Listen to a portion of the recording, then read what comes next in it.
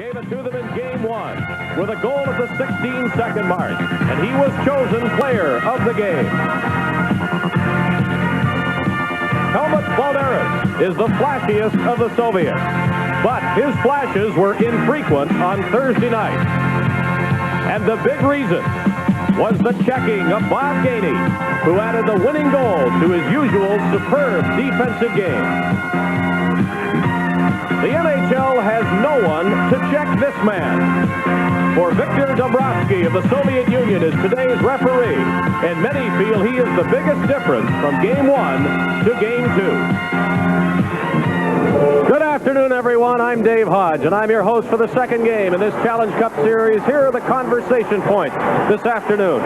Two additional players to the NHL lineup, both defensemen Denis Potvin and Guy Lapointe, to provide depth for the group that has been known as the Fabulous Four since Thursday. Robinson, Salming, Beck, and Savard playing a great game.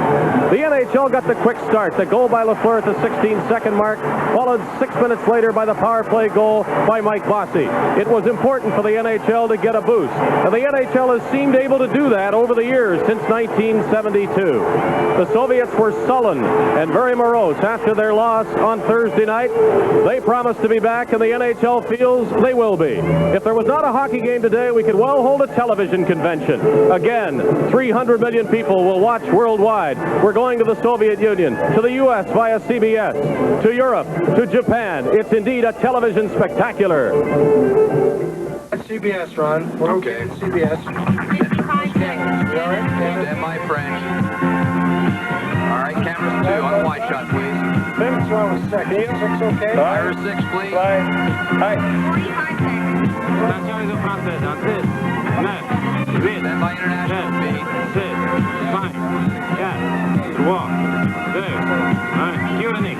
用意してください。Stand by to Q date. Okay, thank you.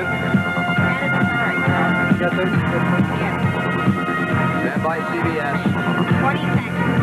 Stand by. Мы понимаем, что звезда из НХЛ готовы для нашей команды.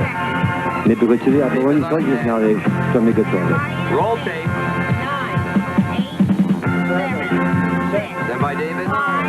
4, 3, 2, 1. Take 10. Today, Game 2 of the Challenge Cup, live from Madison Square Garden in New York, is brought to you by your Pontiac Buick.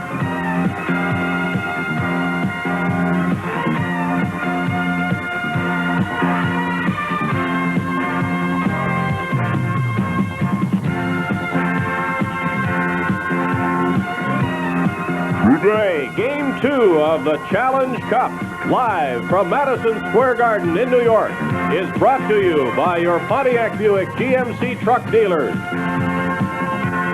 and by your Chevrolet Oldsmobile and Chevrolet truck dealers across Canada, and by Molson, Canada's name in beer since 1786.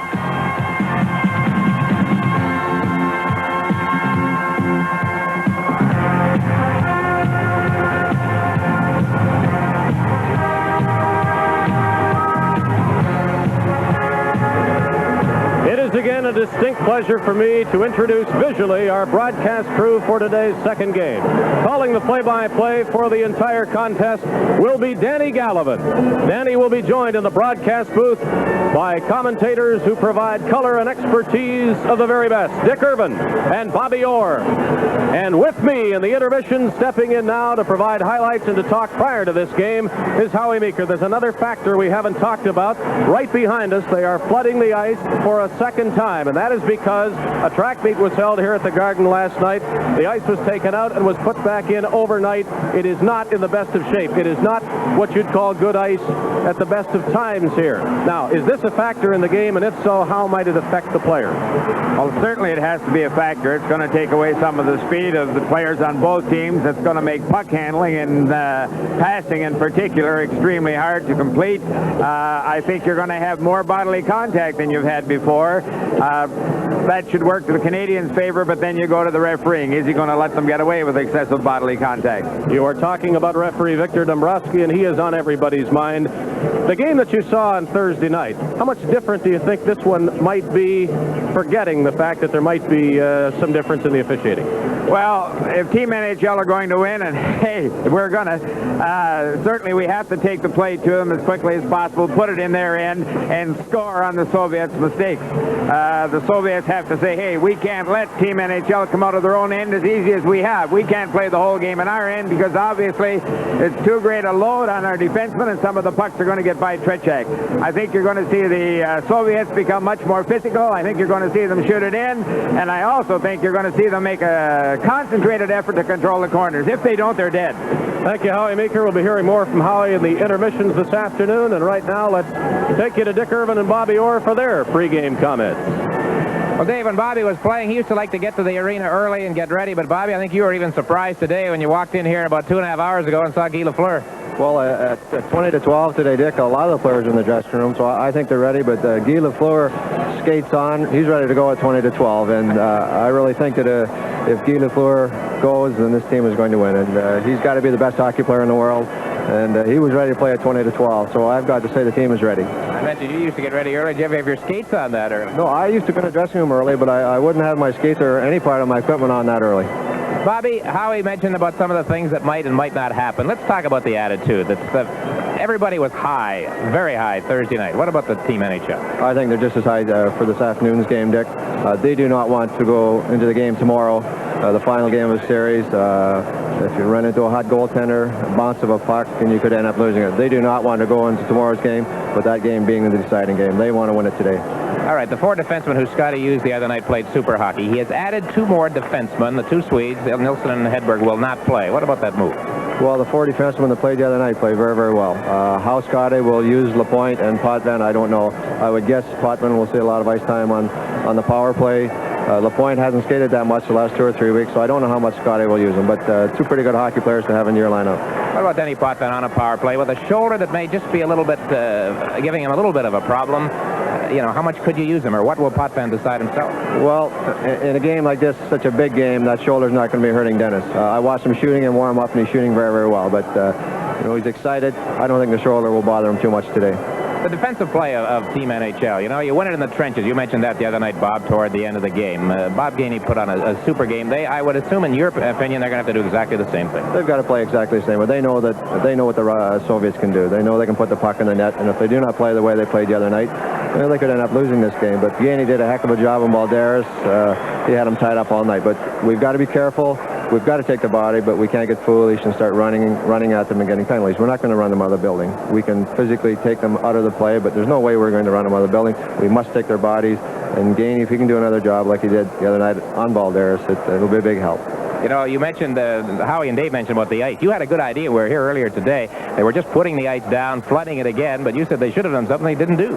Well, the 3:30 this morning, they started putting the ice in, and it's too bad that they didn't get a group of kids or hockey players to skate on it all morning long and flood and so on, because it will be a little trippy, and hopefully the players won't get hurt, but there's going to be some bad bounces, and the ice is not that good. Bobby, there's a lot of talk about the referee, Dombrowski. It's amazing to me how much talk there has been about what influence he might have on the outcome of this hockey game. I would have to think that Team NHL just got to put him right out of their mind to start. Definitely. If he should make a bad call, they just get to the penalty box, kill the penalty off, and get back to the plane. But in 1972, I can remember him. He did not do a very good job, and it's a concern of everyone's. If he should call a lot of penalties that should not be called, then we could be in trouble, because the Soviets have a great power play. Larmoff will not play today. Larry Robinson hit him a real good shot right toward the end of the game on Thursday night. But Bobby, really, he hasn't played that well in recent games against Team NHL or Canada as he did in 72. He has not, and Larry gave him a pretty good check, and he's got a bad Charlie horse, but he's a fantastic hockey player. Team NHL just did not let them do anything the other night. They just checked the heck out of them, and that's the same thing as they have to do today. What about the familiarity? Obviously paid off, and I would have to think Scotty's going to go again. The Islanders line, Shutt and Lafleur together, because in a short space of time like this, that's obviously what he has to do. Well, I think the big thing is the timing. Here's in February, it's partway through our season. The players are in shape. They're thinking properly. They're starting for the last half of our season, and they're building up to the playoffs. So they're ready. There's just so much talent out there, and the game the other night I thought was a perfect game. Well, I tell you, the atmosphere is just tremendous. You really can't believe it unless you're here. Let's get back downstairs again now. Here's Dave Hodge. Thank you, gentlemen. Hopefully, the best team on this ice today will win regardless of the officiating, and it is usually that way. Perhaps our greatest wish will be that the ice is good and that the ice will not affect adversely the play of these two great teams. That is the reason for the delay, as there is an extra flood on the ice. The ice put in overnight after the track meet last night at Madison Square Garden, and we're just about ready. We know the players are. We hope the ice is, and we're going to join now for opening ceremonies, Carl Martin. Good afternoon, ladies and gentlemen, and welcome to Madison Square Garden. Today, the National Hockey League and the National Hockey League Players Association present the NHL Challenge Cup, the second game of the hockey series of the century, a confrontation between hockey's two greatest powers, the All-Stars of the National Hockey League and the national team of the USSR. Ladies and gentlemen, the NHL Challenge Cup.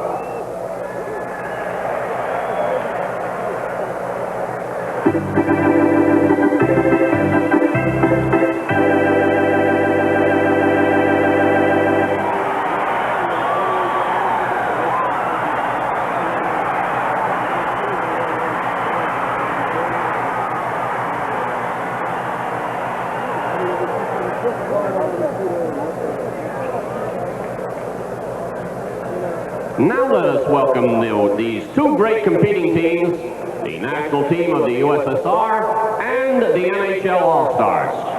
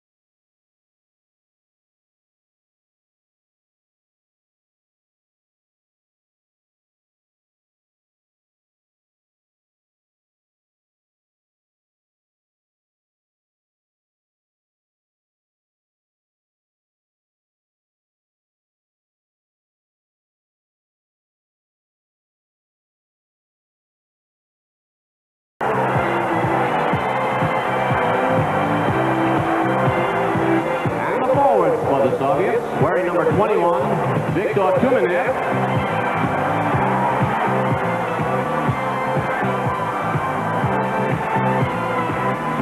Wearing number 16, Vladimir Petrov.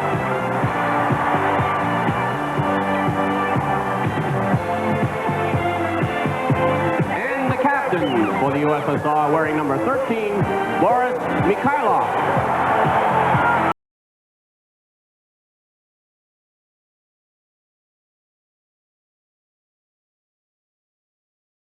Starting lineup for the NHL All-Stars as selected by hockey fans across North America. In goal, wearing number 29 from the Montreal Canadiens, Ken Dryden.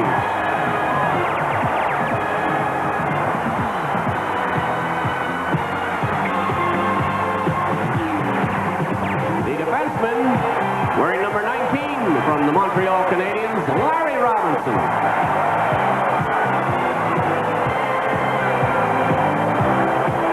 From the Toronto Maple Leafs, wearing number 26, Boyes Downing.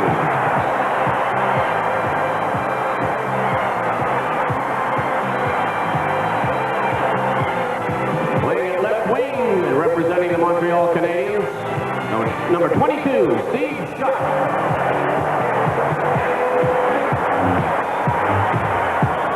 And here is the captain of the NHL All-Stars, Philadelphia 76,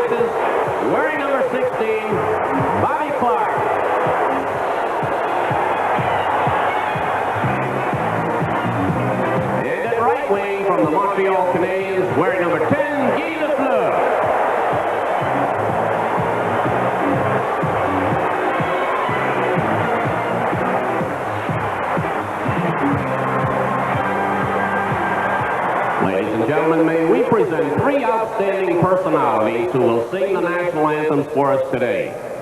To offer the national anthem of the Soviet Union, here once again is Georgian Gietlein. For the Canadian national anthem, once again, Roger Doucet. And for the first time in this series, singing the anthem of the United States of America, Gloria Loring.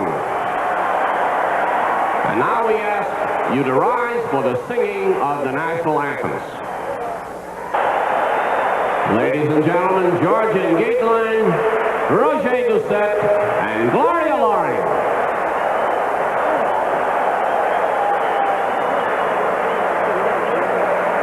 Would the two starting centers skate to center ice?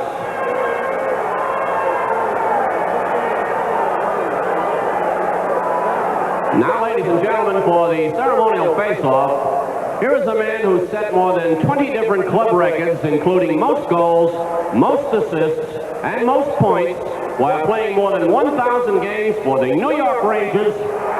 Let's welcome Rod Gilbert.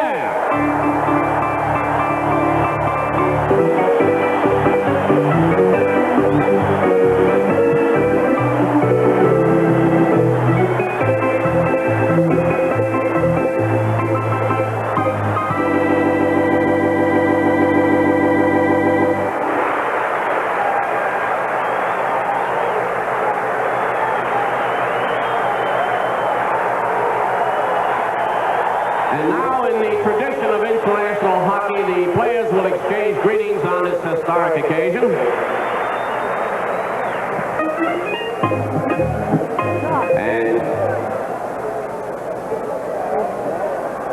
Well, everybody is in fine voice, including the fans and us, we hope. There may be a few lumps in the throats of the players, but we're just about ready for game number 2. This is the Challenge Cup, live from New York's Madison Square Garden. I'm Gila, sir. This is my family, and Chevrolet is my family car. Chevrolet Caprice. I take chances on the ice, but not with my family, and that's why I like Chevrolet. The 79 Chevy has 2 years of proven performance behind it, with so much room, comfort, and style. It's a winner. Nice play, Chevrolet. Well, you commit your time and talent to her and share the pain of her self-doubts and frustrations that are part of training. And if she's got the talent and the will to win, everything falls into place. Lotto Canada is helping Canada's young athletes get better and better at their game.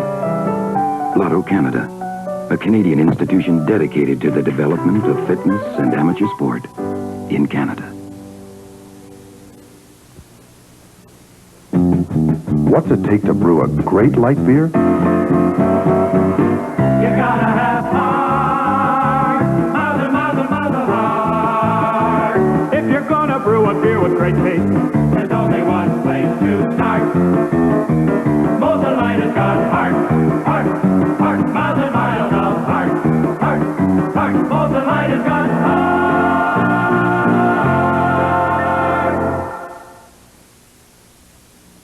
And so the stage is set here in New York City for Game 2 of this much-discussed and pressure-packed Challenge Cup between the NHL All-Stars and the national team of the Soviet Union.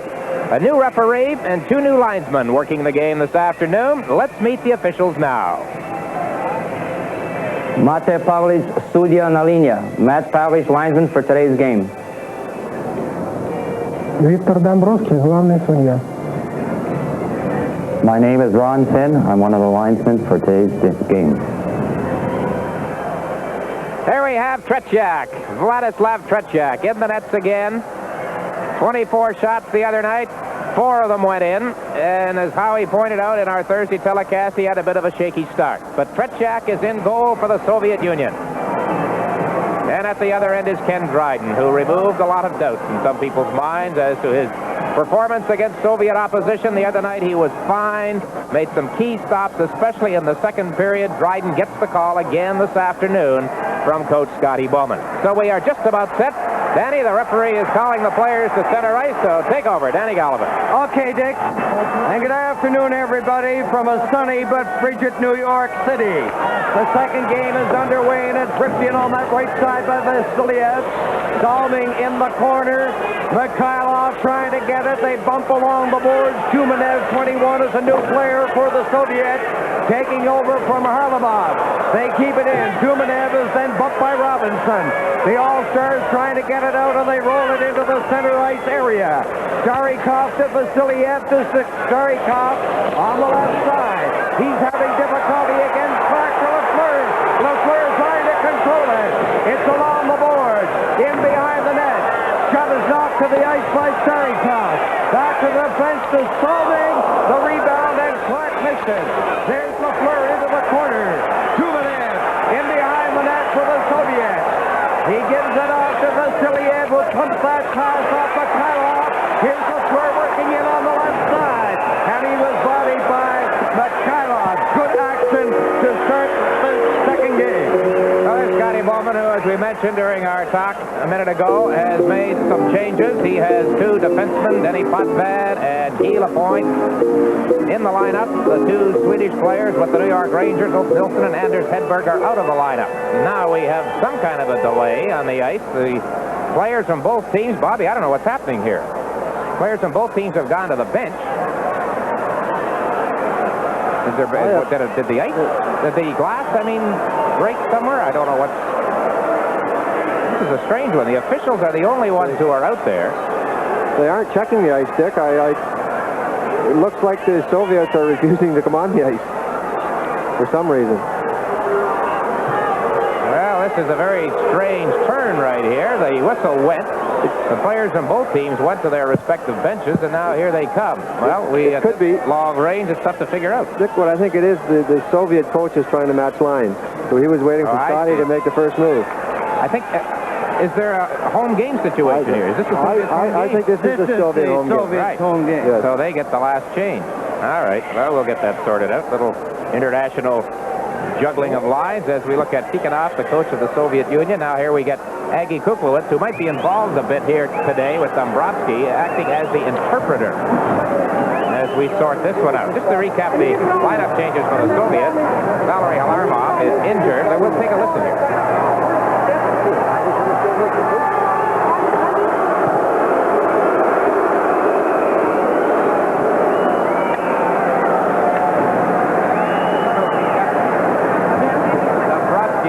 Already. Harlamov injured and not playing is a Charlie Horse. Gennady Tsagenkov, a veteran defenseman, out of the Soviet lineup. Viktor Tumanev, who was on the ice as a starter, number 21, is playing in place of Harlamov, and Sergei Babinov, number 4, is in on defense. He did not play Thursday. Dick, when I heard there was going to be a Soviet lineup change, I was praying that it would have been Vedya Letina, but he is in there, and we have to contend with him, Bobby. Well, this carries out here.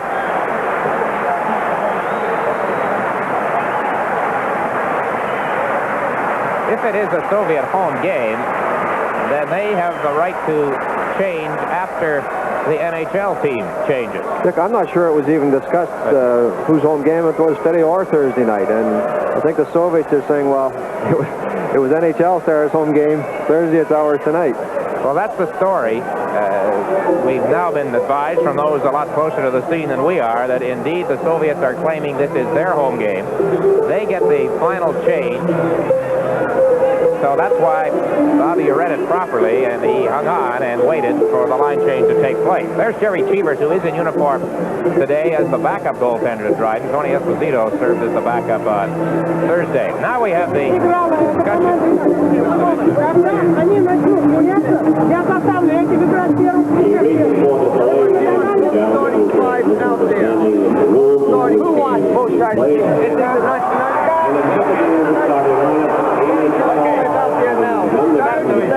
Okay. Both starting teams want to start the game. Is that what he's saying? Every пятерки, okay. He wants both teams. That's fine. Now, honestly understand. Last game, they're the whole team today. Okay.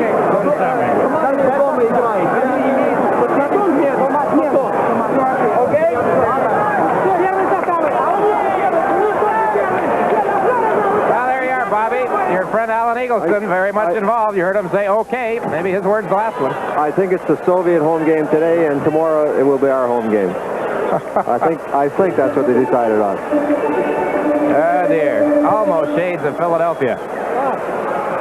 Bill Torrey says the home team situation was never discussed. Bill, the chief general manager for Team NHL. I guess somebody slipped up somewhere along the way, and what has been a very busy time for all concerned. So the Eagle heads back to his seat, which is almost front and center. Danny, you're still in your seat, front and center in the broadcast booth. Away you go. Well, that disruption will be remembered as the one that came at 58 seconds in 1979 at Madison Square Garden. So we are ready for the face-off in fairly deep Soviet territory, and it goes to Vasiliev off Clark's stick into the center ice area. Mikhailov cutting it on the right side. Getting back with great speed was Gainey. There is Sabat on the right side, lugging it out over the line, and what a hockey game he played for the NHL team on Thursday night. Toblake said it was the best hockey game Savard had played, in his opinion, in 10 years. McDonald behind the net. He lost it momentarily. It comes along the boards to Sittler. Back to McDonald. Carroll coming up on the right side. There's Pervukin going in there to cover up for the Soviets. It goes to the other side. Into the corner. Petrov. Kapustin is now on the ice for the Soviets. They're beginning to lay the body on a bit in the corner. In behind the net, Vasiliev up on the left side. Back to Vasiliev. Into the center ice area. He's over the line. A high drifting shot off the glass. On the left side in the all-star zone, a pass finds its way down the ice. And back for the Soviets go. And the All-Stars are making changes while the play goes on. Goalie Cobb was hit. Now coming in is Gillies around the net, and he lost it. Teams are changing while the play goes on. Alexander, goalie Cobb's pass taken finally by Protsier. It's up on the line to Robinson. The big bird coming up to Gillies. A shot nowhere near the net. Goalie Cobb, Alexander couldn't get across. He said, we're doing in front. And a shot by Bossy, low and wide. Now Alexander, goalie Cobb missed the pass. On the left side of Robinson, he drilled it into the corner. Pervukin going in there for the Soviets, back to the point. Makarov swings the pass to center, and is gobbled up and cleared back in by Salving. Into the corner for Pervukin, and that was called on the icing. The other night in Game 1, certainly a big moment for young Barry Beck of the Colorado Rockies, and we talked to him about Thursday night's game prior to this one. I was just very fortunate just to be playing, first of all, and I just wanted to make sure that if I did get a chance to play my position very well and not get caught out of position. It's very easy for me to play with Serge Savard, because I know if I ever get in trouble with the puck, I can just throw it over to Serge and he'll get the job done. So I was just out there and I was playing with a lot of confidence, and I think that helped me very much. And Scotty Bowman expressed a lot of confidence in my game before the game, so I had a feeling that I could do the job, and I just needed a chance to play. Well, do the job he did. Danny, face off in the NHL zone. Soviets, everybody up for the face-off. Vernikov, Colvin, Skvortsov. The line for the Soviets. Gainey lugged it into the center ice area. He had difficulty against Babinov. Now he and Colvin got mixed up on the line. Over on the other side, Fedorov knocked it out off a stick down on the right side. Back in, Robinson giving it off, and it's Salving getting it out over the line. No score here in the opening period. Fired in over the line. Fedorov knocked it to the corner. Salving is back there. He winds it up on the left side. Shot is belted on the line. Lafleur couldn't pick it up. Back in there. Delayed offside whistle is called off. It was lugged to center and cleared in by Salving. Into the corner. It's played up on the right side by Babinov. Skvortsov couldn't get it. Here's Lafleur. There's a shot by Dion. It was on, but handled by Tretiak. Salving pumped it back in there. There's a shot. It hit a leg. It went off. Shut stick. Salving has it back at the All-Stars line. Feeds it ahead for Dion. This could be icing against the NHL All-Stars. And now let's go down to our studios. Join Dave Hodge. Al Eagleson, tell me what happened. nothing drastic. What happened, the Soviet home game, but on Scotty Bowman's list and sheet that the league handed him, it said that Canada was the home game, so Scotty decided he'd use the advantage of the home lineup that he had and use it. Dombrowski's confusion was that he insisted that the starting lineups had to start the game. What he was confused with was our all-star choices and the starting lineup. So it got cleared up very quickly. I'm happy it was. It was a lot less of a problem than I thought. We don't need another delay. Let's get back to the game. From the face-off in the all-star zone. Garikov playing it ahead. Soviets have Shluptov, Kapustin, and Balderas. It's cliché to say and very obvious to everybody that in a three-game series, the second game has to be pivotal. We mention it because it's this fact that's obvious, that if the All-Stars win today, they win the series. A Soviet victory or a tie will set up the situation for an all-out series decider tomorrow in the third game. Vasiliev over to Balderas, who was tied up and stymied in that first game, largely through the checking of Gainey. Now it's kept in. Shluptov passed it back. Balderas trying to get in position. Kapustin couldn't pick it up. There's Balderas. Back to Kapustin. There's the shot. It was wide. Soviets have some pressure here. Kapustin trying to center it. It went off Perro's stick. Garikov clearing it back in there. Now it's out over the line, down into Soviet territory. Back there is Starikov. Starikov handing it off to Vasiliev. He picks his way out on the left side. Pass goes on the right wing. Mikhailov is on. He centered it right in front. And Savard was there to clear it. Soviets have made changes while the play goes on. Tumanev is on. Mikhailov. Now the All-Stars making changes. At the Soviet line, ahead to Mikhailov on the right side. He's over the line. There's the shot. And it was called on the offside. Live from New York, this is the Challenge Cup. The big news for 79 is from Chevrolet. The new Chevy Monza 2+2 hatchback. More standard Monza features than ever add up to more car, more kicks. Standard equipment includes tinted glass, AM radio, shift console, sports steering wheel, white striped tires, body side moldings, bucket seats, carpeting, hatchback, and more. All standard for only $4,571. When you want to put your car dollars to work for you, put your money on Monza from Chevrolet. Face-off outside the All-Stars blue line. 14 minutes and 27 seconds left in the opening period. There is no score in the game. Just the one shot on goal by the All-Stars. Mikhailov jamming in on the boards. The face-off will be in All-Stars territory. Bobby, there's Denny Potvin, his first appearance. And Guy Lapointe also, Dick. That's right. We're out there together, and two pretty good hockey players.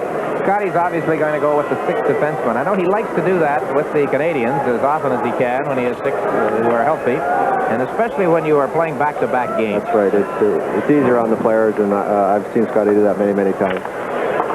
Soviets with the defense playing up. Bilyaletdinov is out on defense. Now they back into the center ice area. Stars coming up. There's Perro. Takes a look. The pass went off the leg. Pervukin is the other defenseman for the Soviets. Now the Soviets in the center ice area. Mikhailov to Tumanev. Tumanev takes his time. He's back deep in his own zone. To the other side to Pervukin. Now into the corner. Pervukin watched by McDonald. Mikhailov has it on the left wing at center. Tumanev is coming up. Watch him, and the pass went off his stick along the board. Perro decides to lug it out himself, twisting and turning into the center ice area to the Soviet line. Great work to Sickler, and he fired a booming blast off the glove of Tretiak over the glass. And again this afternoon, Darryl Sittler playing on left wing alongside Perro and Lanny McDonald. Just to recap the NHL scratches, not in uniform, from the roster: Ron Greshner, Robert Picard, Don Marcotte, Anders Hedberg, Ulf Nielsen, goaltender Tony Esposito. Lining up for the face-off. We have Salming and Robinson playing up. Shut rifles a shot wide by 3 or 4 feet.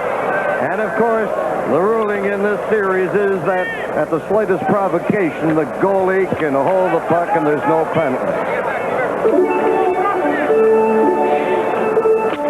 From the face-off, Schutt couldn't get the good wood on it. Now Dion is shot. He tried to pass it back, and the Soviets taking over. They headman the puck. Going down at the line is Salve. He stopped his man. Here's Lafleur. The pass went off the stick. Babinov finally got it out to Vladimir Golikov. He cleared it in. Into the corner on the boards. They fight for possession. They jostle there again. Makarov is getting just with a shot. And a hard shot and the rebound hit the side of the net. Now Makarov again. And he rattled that one off the leg. Back into the center ice area. Dion over to shot. He stumbled against Babinov. Babinov firing it out on the right side. Golikov rolled it ahead. Here's Lafleur picking it up. He watches his check. He lost it. Lafleur again goes after it. Fedorov turning at the Soviet line. Ahead it goes to Makarov. Makarov over on the far left side. Babinov to Kapustin. He dropped it back to the line. Now Fedorov coming up on the right side. He cleared it in. And Gillies belted Fedorov. Vautier couldn't pick it up. It's kept in. There's a shot. Dryden. Starikov right over to Kapustin. They score! Kapustin! I think it'll be he. Now a happy Soviet bench as they take the 1-0 lead. The big rebound came off Dryden, but it went right back to the Soviet player. But Bobby on the line change, Team NHL never did get possession of the puck. Starikov makes a great play here. The rebound was right back to him on the point. This is just a great play. Kenny got a piece of it, but trickled by him. So take a look at it from a low-level angle right here, and off to the right side. The puck is fired, as Bobby mentioned. Dryden got a piece of it. It's 1-0 the Soviets. Now back over on the other side to Savard. His pass hit the referee. Here's the announcement on the goal. Gillies centering it in front. Bossy couldn't get control. Back it comes. And a shot just wide by Gillies. There's Beck firing it around the net. Savard at the point, keeping it in. It's kicked to the line by Vasiliev, who lost his stick in over the line. Dvorsov took the shot off the leg. It's finally back into Soviet territory. Vasiliev to the other side. The Starikov back into the center ice area. Dvorsov dropping it back. Varnakov jammed out of the play. Dvorsov to Starikov over the other side to Vasiliev. There's a shot. A low sizzling drive wide. Barber is bumped on the board. But the Soviet player Kova got the worst of it. Here's Gady going in. And a brilliant save by Tretiak. Soviets starting out. They pump it through the center ice area. Big Petrov going down and bumping with Savard. And a call for icing. This game between the NHL All-Stars and the Soviet national team is coming to you from New York. A lot goes on a VIA train before you get on. Our VIA people are on board early, getting ready for you. Ready to offer a personal touch. Lamb chowder smells very good today. In fact, when it comes to traveling in Canada, there's probably no other service like it. Company's coming. Come aboard. There's a VIA train ready for you. Be good to yourself. Take the train. Well, there's the goal scorer, Sergei Kapustin, who's done very well in competition against National Hockey League opposition. He's given the Soviets a 1-0 lead here today. Petrov against Sittler on the draw, along the boards. It's cleared out to the line. Tumanev at the line, a pass to the right side. Shoved ahead by Mikhailov, and McDonald scampers to the far side. Soviets kept it in, and then it's bounced down the ice. Vilyaletdinov is back there, and it is icing again against the All-Stars of the National League. Bobby, the Soviets here today are doing what impressed a lot of people the other night. They never stop skating. There is constant motion. They're going all the time, Dick, and you may think you're beside a guy, you look and he's there, and then as soon as you turn away from him, he moves away from you. So you've always got to watch your man, especially in your end, because they never, ever stop moving. 1-0 Soviet Union leading in this hockey game. Now there's Carroll, a skating dandy. This time he elects to hand it off to Robinson to the other side to Salving off the board. And again, it'll be icing called against the All-Stars. Dick, I want to ask Bobby a question if we have time here. I noticed in the game on Thursday night that the National Hockey League players got away from dumping the puck from center ice, and against European competition, they seem to lug it in. And I like that aspect. Why does that happen? Well, I think it's, I don't know why it happens, Danny, but right now against the Soviets, they're doing, I think, what we should be doing. They're throwing it in, and they practice this all day practice yesterday. Threw it in and went in after it. And they're also keeping their defensemen in deep. The puck come out that left side, and Starikov stayed in. Usually they'd be backing off, but they're keeping their defensemen in, and they practiced that the whole practice yesterday. Face off to the right of Dryden. The shot's on goal. USSR 3, NHL 2. 1-0 for the Soviets. Barber went down. Makarov clearing it into the corner. He had an excellent scoring opportunity. Number 24, Makarov, did the last time he was out there. Point-blank range shot, and Dryden got in front of it. Now it is Robinson forechecking the goalie caught, and Makarov for the Soviets. They keep it in. Now Salving on the board. Vladimir Golikov passed it to the slot.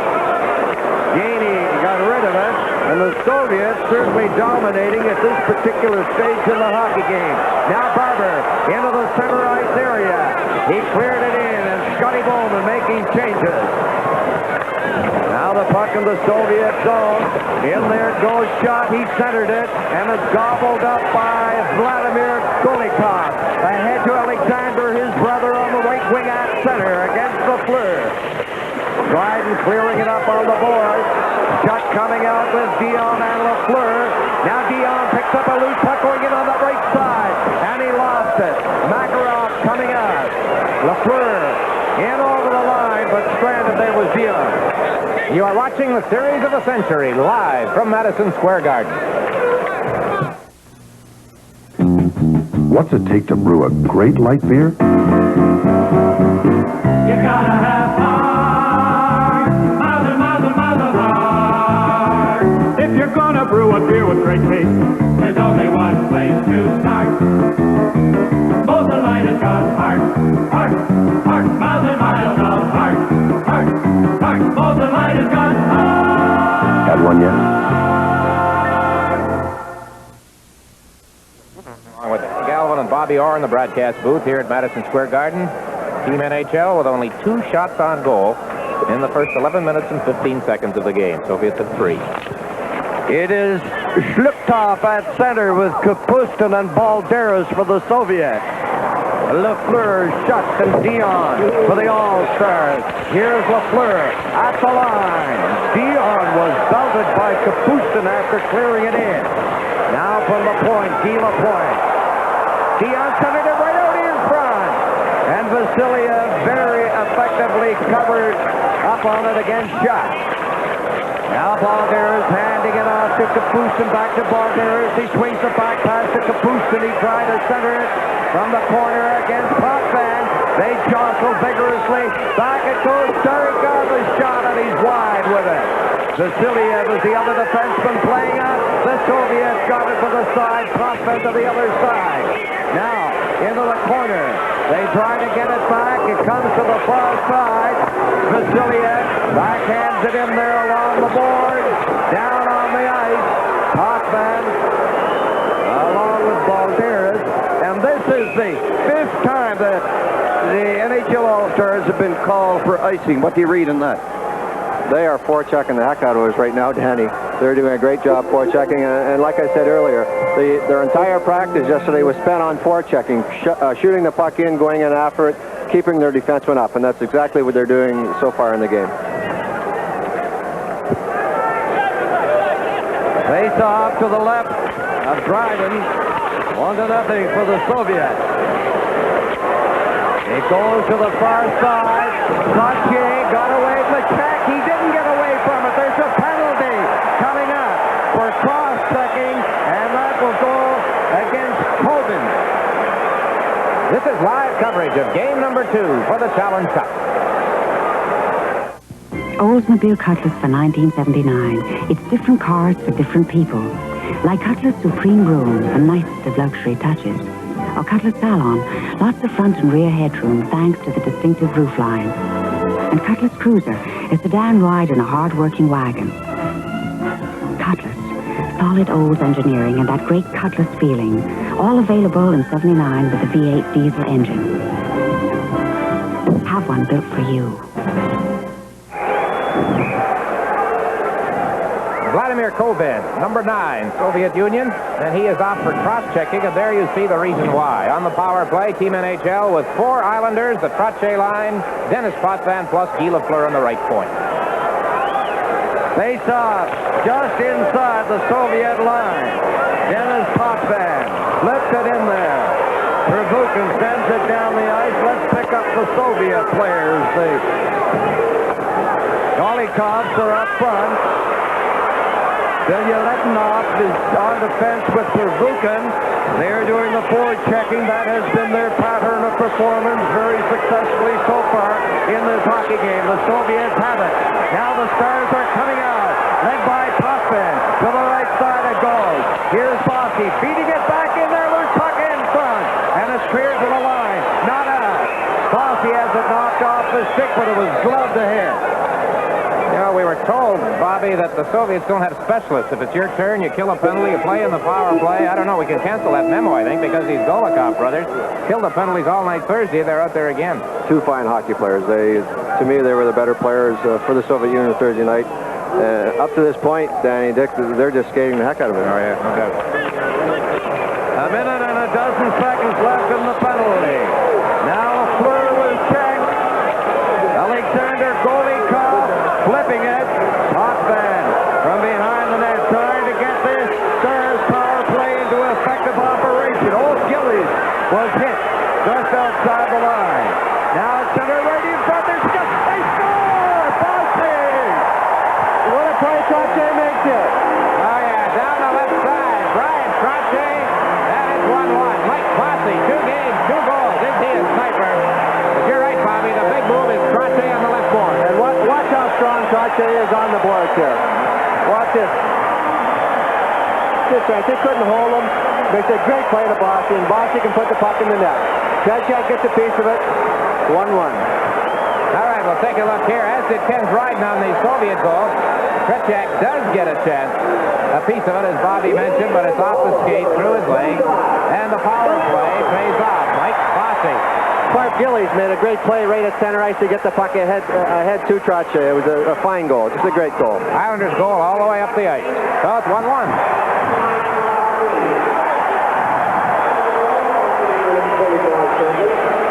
So the score tied at a goal. Babinov on defense with Fedorov. It was cleared in by the Soviets. Now Dion being watched by Colvin. Back to Colvin. He fired and a remarkable save by Dryden. That was close in. I don't think it hit anybody on the way. Now back. Fedorov at the line, keeping it in. There's that pesky diminutive line for the Soviets. Finally, the Stars get it out. Sittler clearing it ahead, and down it goes on the right side. Vernikov to Babanov. Behind the net into the corner. Fedorov up on the left wing for Vernikov. And it's called on the offside.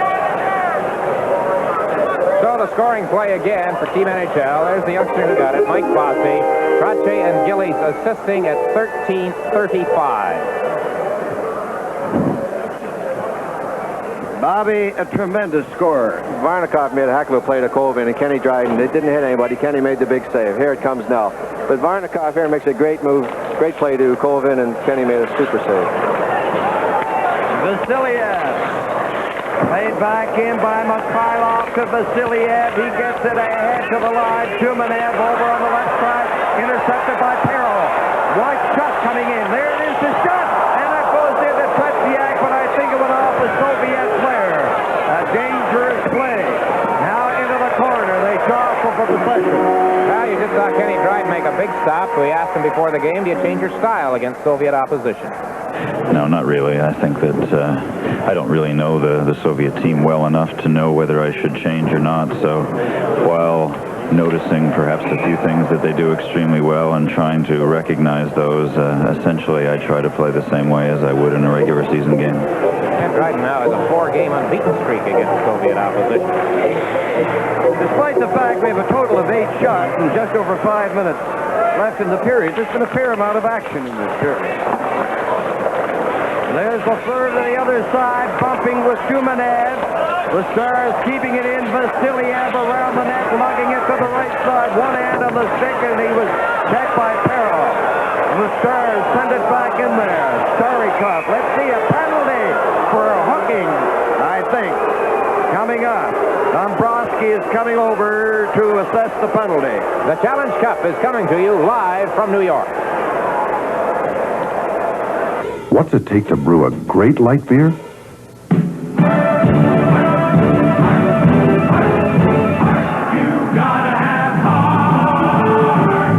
In the first intermission, we'll talk to Clark Gillies, left winger on the Islanders line who assisted in the NHL goal. We'll have a film close-up look at Valery Vasiliev, and Howie Meeker will have highlights.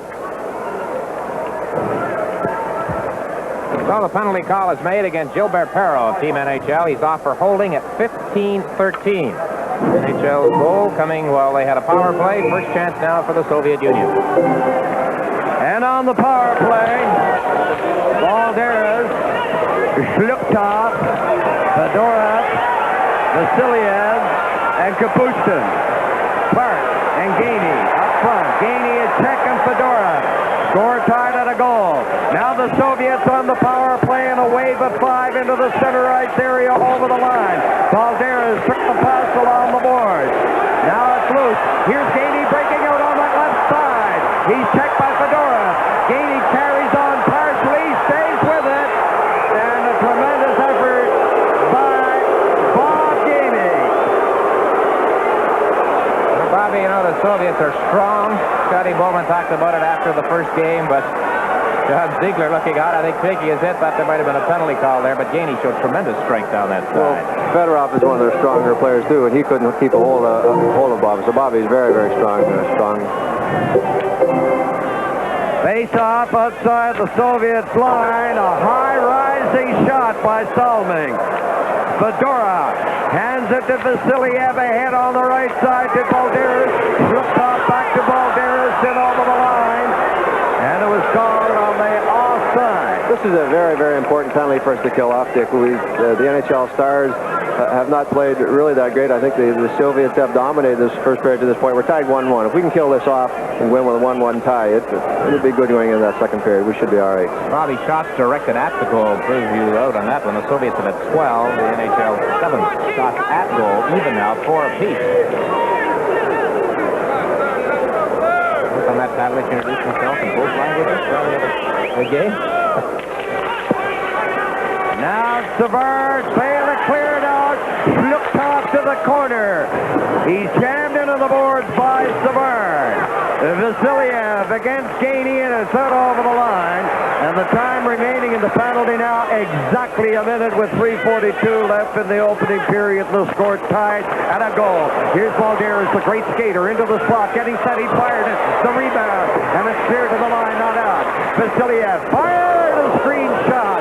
And luckily, perhaps for the All-Stars, that was wide. Fedorov swinging it back into the corner to Kapustin. His centering pass blocked by Clark. It's jammed off the corner boards by Salming. The Soviets keeping it in. Into the corner, Kapustin behind the net it goes.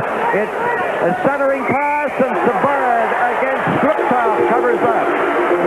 There in the penalty box, 25 seconds left to serve. That play by Balderas, Bobby. That's the first sign that he has really, you might say, done anything in the series. He was very ineffective against Gainey checking Thursday night. He's such a great hockey player. You know, it's just a matter of time before he comes. And he put on a little stick handling there for him. But he's very, very talented. It's just a matter of time. So our penalty killers are doing a fantastic job on this one. 25 seconds left in the penalty. There's the rebound to Golikov, and he almost fired it home. Into the Star zone again. Finally, Robinson whips it down the ice. Makarov, the Golikov, Bilyaletdinov, and the other attacker on the power play is Pervukin for the Soviets. Now Robinson slashes it out. It goes to the right side, and the penalty now has expired. It's rolled into Soviet territory. There's Peril going down against Pervukin in the corner. It's centered from a sharp angle by Sittler. Bilyaletdinov coming down on the left side. Now Robinson. Peril firing it out on the left wing. Here is Sittler. Pass goes to the other side, and Pervukin has it for the Soviets ahead to Vladimir Golikov, over to Alexander. The shot, rebound is left there after Dryden lost his balance. Now right in front, Pervukin wraps that one off Denny Potvin's leg.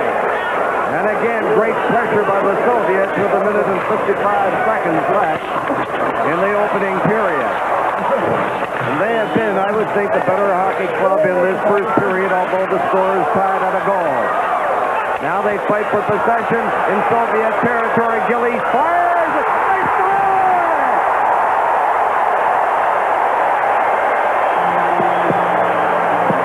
Dick, I'm not sure. It may have gone out to Soviet defenseman. Mark Gillies made a good play. This has been a super line for the NHL, a 3 from the Islanders. Now it'll go to Gillies right here. Okay, I'm sure. 20. Just shoots it towards the net. Hard to tell from that replay. Trottier got a piece of it. We get a better look at it here, Bobby, if the camera can follow right through to the goal crease. No, I don't think so. Puck's in the net by the time he gets there. We'll wait for the announcement on it. However, it's in the net. I'll tell you, that's a tough line. Just three great hockey players. Brian gets the goal. Brian Trottier.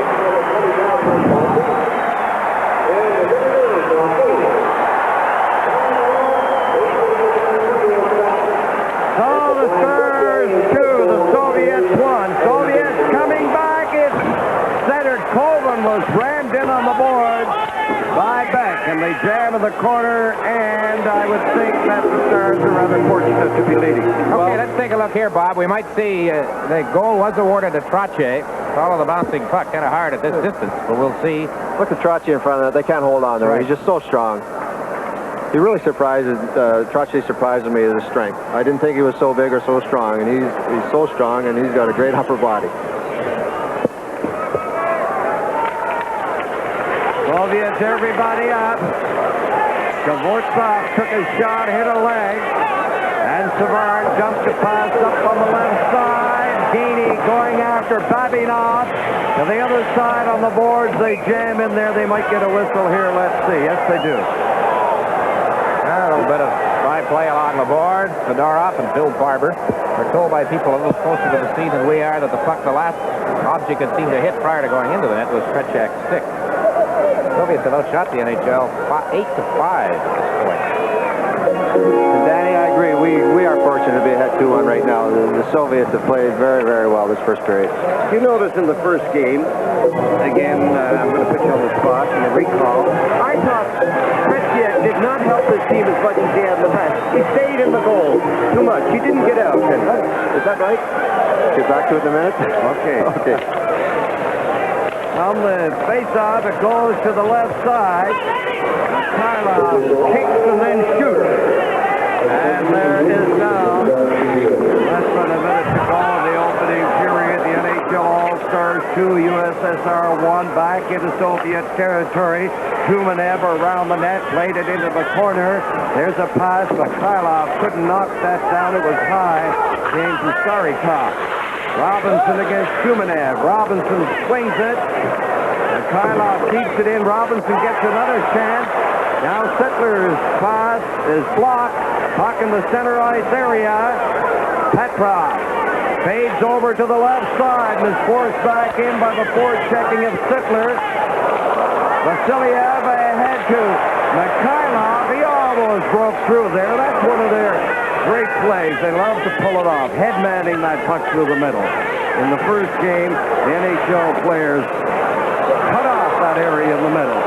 Now here's Gillies going in and it's called on the offside. Okay, but Mr. President. I'd agree with you, Danny, that if a goaltender doesn't come out of that net when they shoot around, I can remember in '76 playing against the Soviet Union and the Czechs, that was one of our players to shoot around because we knew that the goaltenders would not come out of the net to cut it off. And we'd be shooting around one way and have our wingers coming in the other way. But when you get a goaltender not doing that for you, it's very, very difficult. Okay, Bobby, that's the end of the first period. 2-1 for the NHL All-Stars. Well, they have adjusted the shots. They've done that on us a couple of times in this series, but they make it 7-5 now, and that is official. The goal scorers for the Soviets, they opened the scoring. Kapustin at 8:10, and it was Mike Bossy on a power play at 13:35, and then Brian Trottier at 18:21.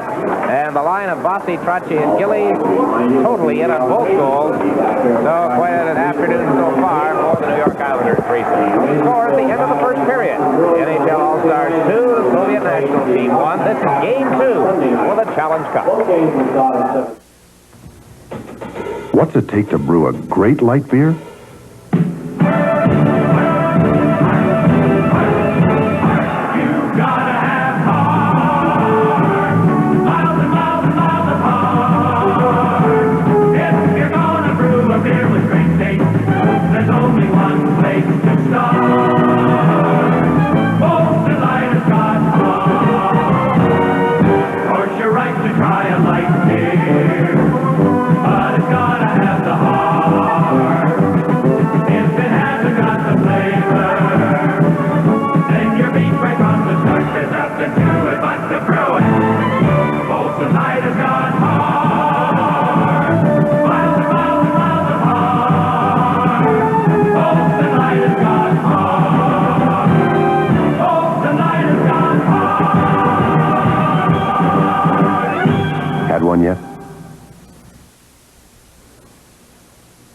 Is inner space. The 79 Chevrolet Malibu. It measures up on the inside where dimensions really count.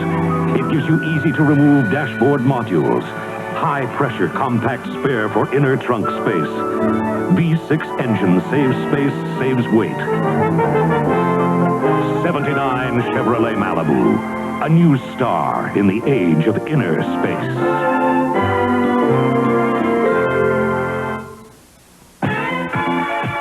A shot of the United Nations seems entirely fitting as we bring you this International Challenge Cup Hockey Series of the National Hockey League, ahead 2-1 over the Soviet Union at the end of the first period in this, the second game. Kapustin put the Soviets in front, and it was all USSR up to that point and after it. But then the power play goal by Mike Bossy got the NHL started, and Brian Trottier scored to make it 2-1. The Islander line of Bossy, Trottier, and Clark Gillies has now accounted for 4 of the NHL's 6 goals in this series. And with me is the captain of the Islanders, one of that trio, Clark Gillies. I think we should probably start by talking about the fact that you're playing together as a unit, and really the only forward line that is for the NHL. How much is it helping you? Well, I think definitely it's a big advantage, Dave, because we've played together for the last year and a half, and you know, we know basically where each one of us is going to be on the ice at any given moment. And you know, some of the other guys, there are 2 guys from one team playing on each of the other lines, but you know, sometimes it's tough to fit the third guy in there, and I think that you know, with the 3 of us playing together like that, it makes it much easier. You hit several Soviets and roused the crowd in game number 1. I wonder how effective you thought it was, because we keep hearing that no matter how hard you hit them, it's not going to make any difference. Well, that's what I was told, that they never show any emotion after you hit them or anything, but I hit some guys pretty good the other night, and had a couple guys yelling at me, but I think, you know, it's part of the game, and if you can, you know, the fact isn't to hurt them, it's to, you know, take them out of the play, and I think it works pretty effectively, because they like to use the give and go, and if you can take that first guy out that passes the puck, then he's got nobody to give it to. So, are they easier targets than your NHL opponents? Definitely. They just skate around, they make a pass, and they look where it goes, and as they're looking, that's the best time to hit them. And they don't bring their sticks up or anything, so you just got a free shot out of them. You had to take a solid hit to get the play started for the first NHL goal today. I wonder if you think they're hitting you harder today than they were on Thursday. Well, you know, they are playing stronger in the corners, much stronger, and they're forcing us a little bit on that play. I was, you know, more or less just trying to get the puck, and the guy hit me, and luckily it went forward. But, you know, they are strong fellas, and they'll hit you if they get a chance, so, you know, you got to keep your head up. Was there any worry about overconfidence after the first game? It was a somewhat easy victory. You had the game in control, seemingly from the first minute when you went up 1-0. Did you have any thoughts that you might relax just a little bit coming into this game? I think there was a chance that we might, but, you know, there's guys on our team that have played against them a number of times in different tournaments, and you know, they know well that the first game they didn't play that well, and they come out tonight, and we knew they were going to play a lot better than they did Saturday, because I'm sure, like us, they were a little nervous, and we just happened to get the jump on them, and you know, they are playing much better than they did Thursday night. Did Scotty Bowman ask you to make any adjustments in your game for today based on what he saw on Thursday? Well, we've heard a lot about the referee Dombrowski, and I just figured, you know, I thought I threw clean checks the other night, and the guys just said, you know, if you're going to hit somebody, just keep your arms down and take them with the shoulder, and, you know, that's basically what I'm going to try and do. We're going to Canada with this telecast. Do you have any messages you'd like to send? Yeah, I always get hell for not saying hello to my family, so I say hi to Mom and my brother and my sister and everybody at home. Consider it done. He wanted to say it, and he did. Clark, congratulations on a great series so far, to your line mates as well and the rest of the team. It's been quite a series. Are you enjoying it? Oh, it's super. It's the biggest part of my career right now. I think the next step will probably be getting into the Stanley Cup Finals, because that's where our team wants to get, and I'm just having a great time. The guys are great, and we've got a real good team spirit going here, and it's super. We're enjoying watching it. Clark Gillies, who assisted on both NHL goals in the first period, live from New York. This is the Challenge Cup.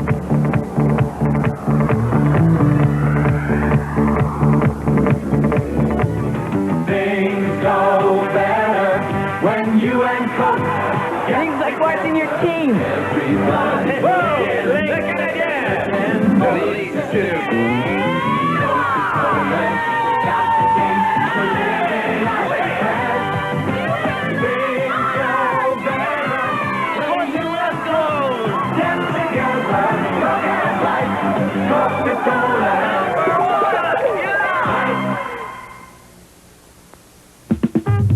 Canada is a big country.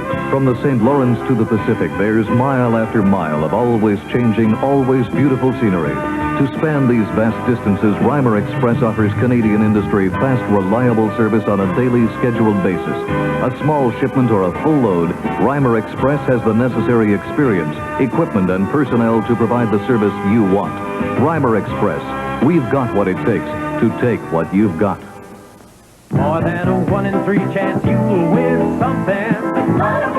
More than 1 in 3 you'll make good. Better than 1 in 3 you'll grin. Better than 1 in 3 you'll win that Lotto Canada game. It sure looks good.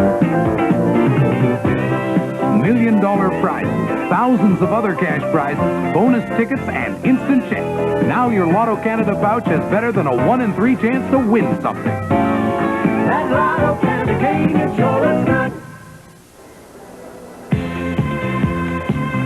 The Challenge Cup Series is coming to you live from New York's Madison Square Garden. The National Hockey League is in front of the USSR by a score of 2-1.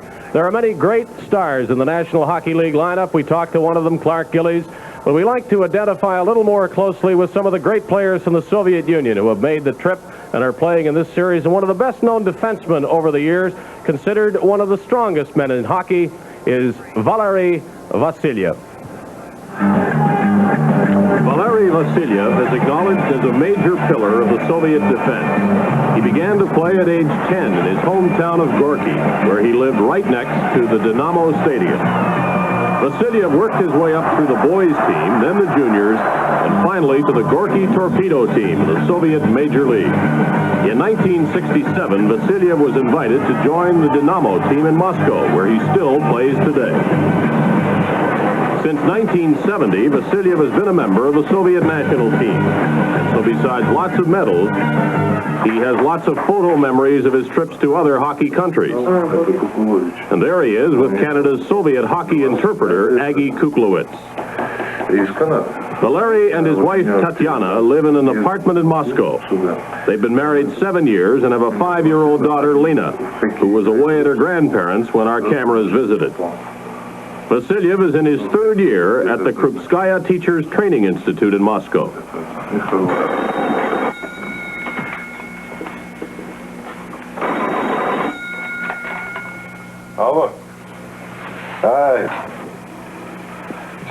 Commenting on how a good defenseman should play, Vasilyev says, the defenseman must be tough. The attacker must fear you or be concerned about you. But the defenseman must keep cool. Toughness should not be confused with roughness. Ничего.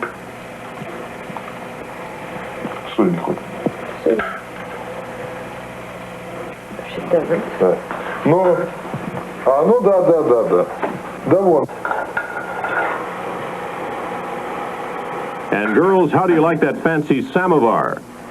And those colorful wooden bowls in Tatiana Vasilyev's kitchen? Vasilyev is said to be one of the strongest players in hockey, which obviously helps him out in the close checking. But he's also quite good at launching an attack with a quick pass, or even an occasional rush.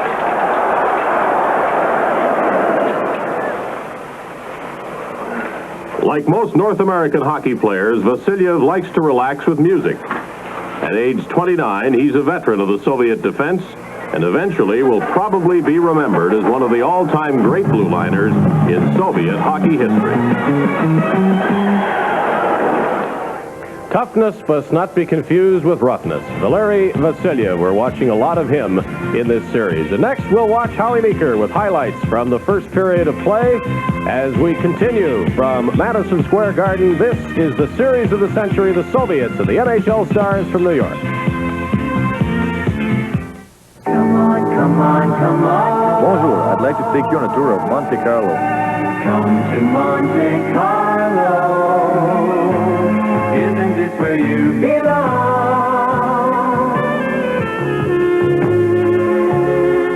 You see, there's more to Gillefleur than hockey sticks. And there's more to Monte Carlo than fine performance. I like the way it handles. I like the way it looks. Monte Carlo, isn't this where you belong? Zenith announces a breakthrough. System 3. System 3. The best Zenith ever. The best ever. A brand new picture tube for the sharpest Zenith picture ever. Sharpest picture. And an all-new modular chassis. All new. Designed to be the best performing, the most reliable color TV in Zenith history. The most reliable. Zenith. System 3. Zenith. System 3. It's the best Zenith ever. Well, the NHL does have a 2-1 lead over the Soviet Union at the end of one period, but I think a lot of us are feeling that might be a little flattering to the NHL based on the overall play. Certainly, in the first 10 minutes, Howie Meeker, I don't think anybody could argue that the Soviets showed great strength, much better than on Thursday, and dominated the play. As I said in the first show, Dave, the Soviets bragged, hey, we didn't come here to learn. Well, I'll tell you, they learned something that first game, that if we're going to beat Team NHL, we're going to have to shoot the puck in, we're going to have to forecheck, we're going to have to control the play in their zone, and move our players in bunches in their zone. And they've just done it super and caused us all kinds of headaches. Here, we'd like to show you a highlight. Right off the face-off, Soviets get the puck, and hey, what do? Woo-hoo! If they continue to do this, we could be in trouble. They shoot the puck in. Now the first man takes the man. And look where the second and third. And look at how they flood the half of the ice. All 5 men are in the half of the ice that the puck is in. Where they come up with the puck, get right there to the defenseman, and there's a shot in the net. Now watch how they go in the corner. They all come this way. And look at, there's 4 of them. Hold on, let's back it up. Can we stop it, fellas, and back that up? On Trotier's goal, the Soviets had the puck in this exact same position, and when you're flooding a zone like that, you never pass it in the center. Your mother could be home free. Never give her the puck. You got to bring it out the boards. Watch what happens here. There's pressure on the NHL player, and he throws it into the middle of the ice. The Soviets come up with it. Oh, Jiminy Crickets, if you continue to make that type of play under those conditions, the only thing that can happen is that you're going to get hurt. But see how they flood the zone and the area in which the puck is going to come out. Now, does that have anything to do with the goal if they did score? Yep. We've been talking about how Team Canada, Team NHL has taken the puck away from the center ice. What they do is the wings pick up the wings, and the defenseman the defensemen move out, so there's no way that the Soviets can pass the puck through center ice. And this is what they've been trying to do as long as we've been playing them. So the only way to do it is carry the puck along the boards and shoot it in. And this is exactly what they did. They got the goal. Watch. The goal by Sergei Kapustin. They carried the puck along the boards, shot it in, and look, they send again, 2 men into the corner. Flood that whole zone. They know the puck is going to come out this way, so they have 1 man there. The only problem here could be the rebound. Now you'll see the NHL player in the lower part of your screen, instead of going in and picking up Kapustin, he stays out too deep, and bang, Kapustin is home free, and then it goes. But certainly they have learned their lesson. They're shooting the puck in. They're taking the man. First man is taking the man with the puck, and they're sending the second and third in there to do the same thing. Hey, this is going to be a super hockey game, and they're going to make us win it in a style of, hey, we have no advantage. Before I thought we had a distinct advantage because they wouldn't force us to change our game. Well, the Soviets have certainly changed, or else they've found some way to do things a lot better, but they still are trailing by a score of 2-1. Coming up, the second period of play. This is the Challenge Cup Series, live from New York's Madison Square Garden.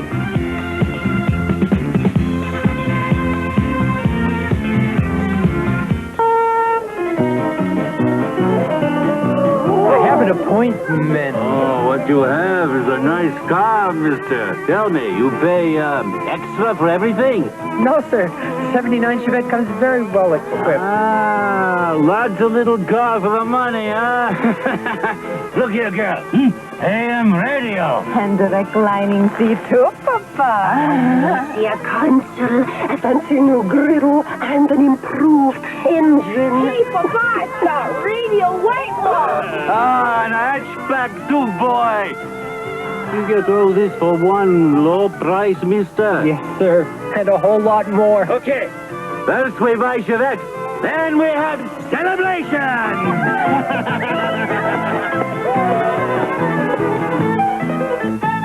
Chevette's a lot of little car for the money.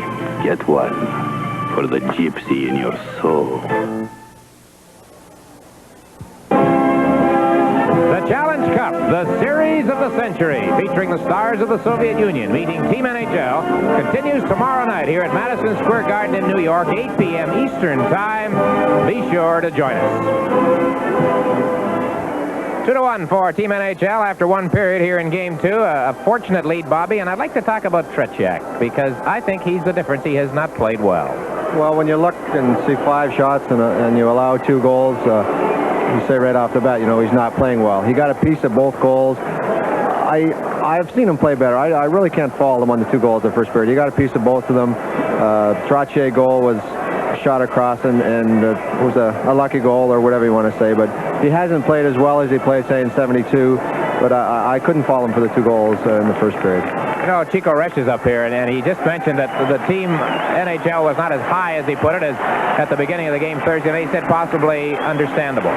Well, I think this period they're going to come out flying. To get out of that period with a 2-1 lead, they're not stupid. They know they didn't play well. They know the Soviets had it over them a little bit in that first period. So I think they'll come out the second period flying. I think one thing that we might make note of, after all of our talk before the game, the refereeing didn't seem to be a factor in that period at all. I thought he did a pretty good job, and I hope it continues like that, but you never know. There's one call on solving that a lot of people thought he could have made, but he did not. I noticed, Bobby, right toward the end of the period, Scotty Bowman started to mix up the lines a bit. He had Perro with Lafleur and Schutt, and he had Clark Gillies on the left side with Clark and Barber. Does that surprise you? Well, not really. You know, Scotty, I don't know how much they match lines in the Soviet Union, but matching lines against Scotty, you're matching against one of the best. And he'll break up his lines to get the people playing against the people he wants. And you've seen Scotty, I've seen Scotty do it millions of times. Okay, Bobby, we have to get set now for the second period. There is Mr. Bowman back of his bench, and now here's Mr. Gallivan at his usual spot. Danny? Okay, Dick. 2-1 the score, NHL. Leading the USSR, scores Bossy and Trottier for the NHL, Kapustin for the Soviets. The sports story-studded garden known as Madison, located in Midtown Manhattan, is a sellout again for this game. We have, of course, a fair number of Europeans here, many Canadians in attendance, and we have them from all over the United States. And yet there is not an American-born player here. I heard Jim Boughton mention that last night. Not on the ice. But there was an American on the ice the first game, Robert Merrill. He wasn't here today. And getting back to national anthems, I thought Roger Doucette centered for two great wingers. Now into the corner, they hold it on the board.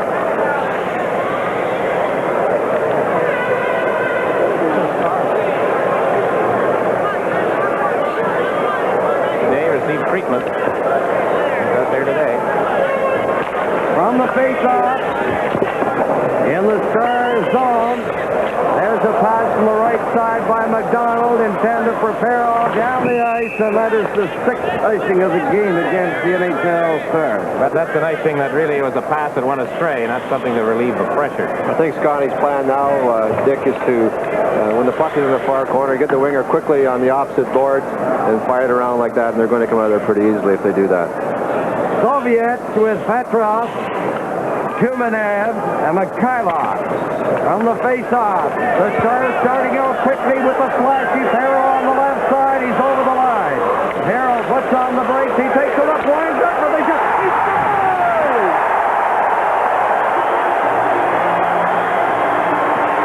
Well, that makes it 3-1, Bobby, and the puck hit something or somebody on the way, I'm sure. I think Tretiak got a piece of it. Here's a case of not taking the man in your end.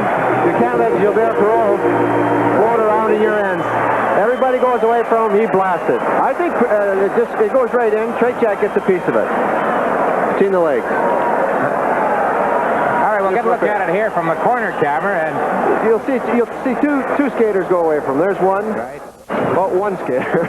Oh, there's the other one right there. Right there. But you can't let Gilles Perrault. Oh, it did. You're right. Might not be his goal. Somebody was wrapped up, and I didn't see who it was. Perro shot the puck. I thought that, and I must confess, I don't know who that was, wrapped up in the arms of the defenseman. Shot it out. Oh, Perro gets it. I don't know about that. But you were right, Dick. Good eyes. Just getting unfocused at this distance. Well, Danny, that could be a big one. 27 seconds to go ahead, 3-1. And the Stars have maximized to an alarming degree productivity on shots. 6 shots, 3 goals, batting .500. That's very high in hockey. Now for Vukin around the net. Plays it to the far side. Golikov, Alexander missed the pass, and Savard cleared it on the right side of the Soviet line. Vukin returning it, and Beck has it. Shoots it on the left side, and it hit Barber, who was going to the bench. Right. Team NHL lucky there, perhaps, to get called for too many men. Now there's Perro, who gets credit for the goal. Bobby will see it again. This will illustrate better your theory here. You know, you can't skate by, well, you can't skate by anyone in your end, especially Gilbert Perrault. I think you were right. That was tipped in front of the net too, Dick.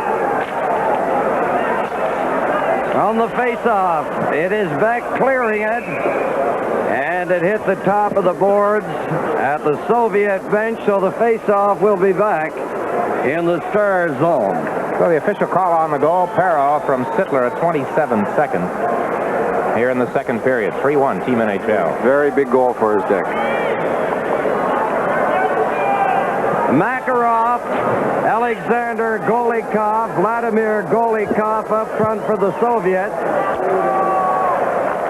Now from the face-off, it was almost picked off in front of the net. On the right side, the Stars try to get out. Along the boards it goes, and hopped over the boards, and a lot of whistles in the early minutes of the second period. All the times I've seen the Soviets play, I've never, ever seen them keep their defensemen in like they're keeping them in now.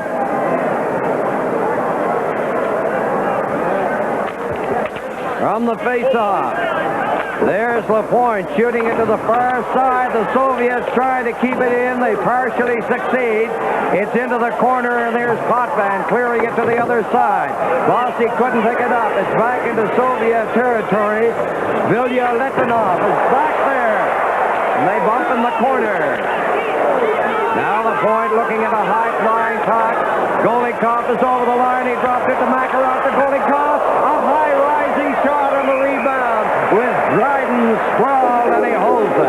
Well, one of the stars of this series certainly has been young Mike Bossy of the New York Islanders, as we look at Guy Lapointe, and boy, he has been shaken up as a result of that last rush. The trainer is out there, Norm Mackey of the Atlanta Flames as the trainer for Team NHL. And there he is talking to Guy, who hasn't seen that much service here this afternoon. On the ice a couple of times in the first period. He hasn't played a game, Bobby, if I'm right here. I believe 3 weeks ago tonight, the last time that LaPointe was in game action in the NHL. He had a touch of influenza, actually a touch of pneumonia, really, I guess, and that caused him to miss all of that action.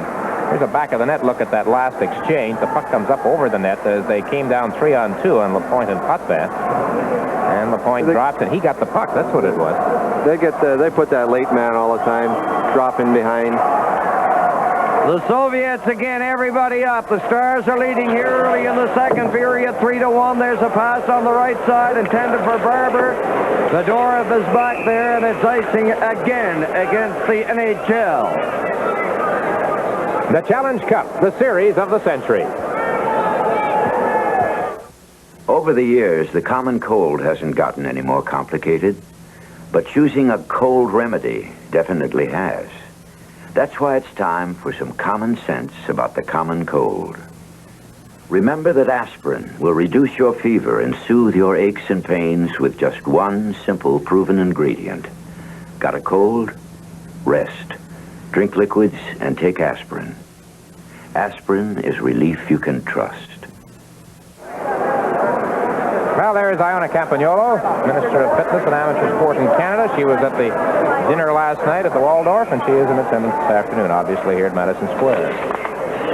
From the face-off, it goes into the corner.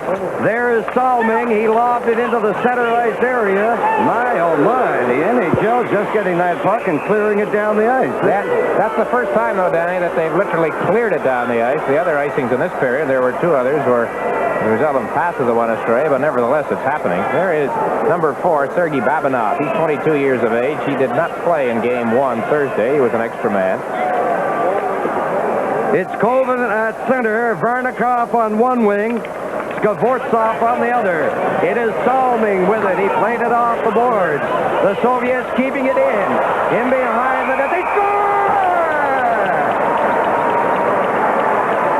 Colvin, or rather Varnikov, finally knifing that one through there. And it is 3-2, number 10, Varnikov. That's one thing you don't want to do with the Soviets is give the puck up in your end, and that's what happened. I think it was Salming tried to shoot up the boards, and it hit something on the boards and came right back to Varnikov. He made a great play, and Salming went down to block it. I don't know if we're going to see that. Same kind of a play Bob Gainey made at that same end the other night. But Team NHL never got organized, Bobby, on those 2 or 3 face-offs. They iced the puck, and right there, Salming just threw it up along the boards. There wasn't anybody there that was near to it, except the Soviet player. 3-2. Skvortsov gets the assist, and the Soviets are back into the thick of things, just the differential of the 1 goal. Now there is another stoppage in play. The puck over the boards just outside the Soviet line. The shots on goal. USSR 8-6 for the NHL. There you are, Dick. Well, you're right, Bobby. Threw it right up there. Salming in front of the net. He had thrown the puck around on the boards, and they were caught. Shluptov with Kapushkin. And Balderas the line for the Soviets. In the Soviet zone, it comes on the left side. Kapushkin to the far wing to Balderas with Shluptov. Here's Balderas over to Kapushkin. He overskated it. The Stars roll it into Soviet territory. Back there quickly, Starikov. And it's cleared to center by Shluptov. Savard feeding it in on the left side for Gainey. Into the corner, chopped around the net. Starikov has it for the Soviets. A long pass to the line. Kapushkin, he got away from Shutt. A pass goes off the leg of Lafleur. It's slapped to the boards by Beck. Now at the line, the Soviets firing back into the corner, and Beck is around the net. To the right side. They fight for possession. Clark hands it off to Savard up on the left side. Back misses Steve Shutt. Down the ice it goes. Starikov touches it, and it's icing against the NHL Stars. 4 players in the Soviet team not in uniform. There they are, sitting together, watching this one. There is Harlamov. As we zero in on a long-time great Soviet star. He was shaken up by a Larry Robinson check late in the game on Thursday night, suffered a severe Charlie horse, and is not in action. He has more points against NHL opposition than anyone else in the Soviet lineup. Bobby Clark leads the Team NHL lineup in that regard. That's going into this series. 60 minutes and 35 seconds. Remaining in the second period, 3-2 to the NHL. Dryden catching that sharp angle shot, and again they line up for the face-off in deep Canadians territory against Dryden to his left. And this is his second game. Of course, he was in goal, performed rather admirably. Not too much work, but some brilliant saves in that opening game. Now Carroll coming down, he slides the pass, and it goes hopping over the boards to the left of Fretziak. This period is past the 3.5-minute mark, and the only shot that Scotty Bowman's Team NHL has managed is the one that went in. Carroll getting credit for the goal. And assist going to Sickler. Now they jam in the circle. It's lugged into the center ice area. Kumanev over the line, dropped it into the slot. It's cleared. Robinson chopped it out on the right side. And I don't know, that puck is alive. Over the board. The ice, I think, Danny, it's starting to tell. Live from New York, this is the Challenge Cup.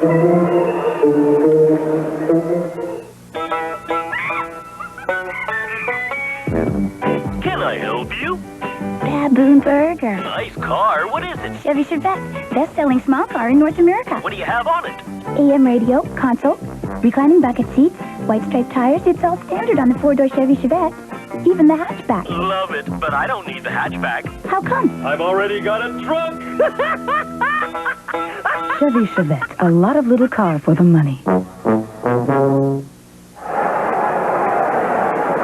It is the second period here at Madison Square Garden. NHL 3 and the Soviets 2. The Stars get the draw. They clear it on the boards. Bossy is having difficulty. Finally, he gets it into the center ice area. Vladimir Golikov over to his brother. The shot, the rebound, and it's cleared away by LaPointe. Soviets keeping it in. Golikov winds up with a shot, and it goes off, riding over the glass in the corner. Bobby, Team NHL using the boards, as you mentioned, right off the bat here in the second period, but the Soviets are reading it perfectly. Dick, they've got their defensemen coming in, pinching and doing a heck of a job. If we're going to shoot it around the boards, we've got to shoot it pretty hard so that winger can tip it by that defenseman coming in. If you shoot it too easy, it's just making it too tough for that winger. Now it's into the center ice area.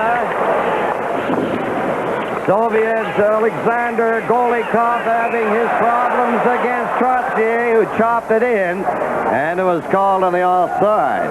Young Mike Bossy's been a fine player for Team NHL. A goal here today. We asked him prior to the game about his feelings about the big one on Thursday. Playing such a big game. I was very excited about being in that game against the Russians. It's my first time playing against them with a pro team, and playing with 24 other stars in the NHL was very exciting for me, and I'm looking forward to the 2 next games that we're playing against them. Vasiliev bumping him with Shutman down. Vasiliev gets the pass back, comes down to the line. Dvorak takes a shot. It's around the net to the other side. The Soviets getting it back to Vasiliev. Knocked down by Robinson, who kicked it into the center ice area. Now Starikov. Ahead to Vernikov. Vernikov back to his own line. Over to Starikov up on the wing, and on it for the Stars. Dion took the pass. Here's Robinson getting it.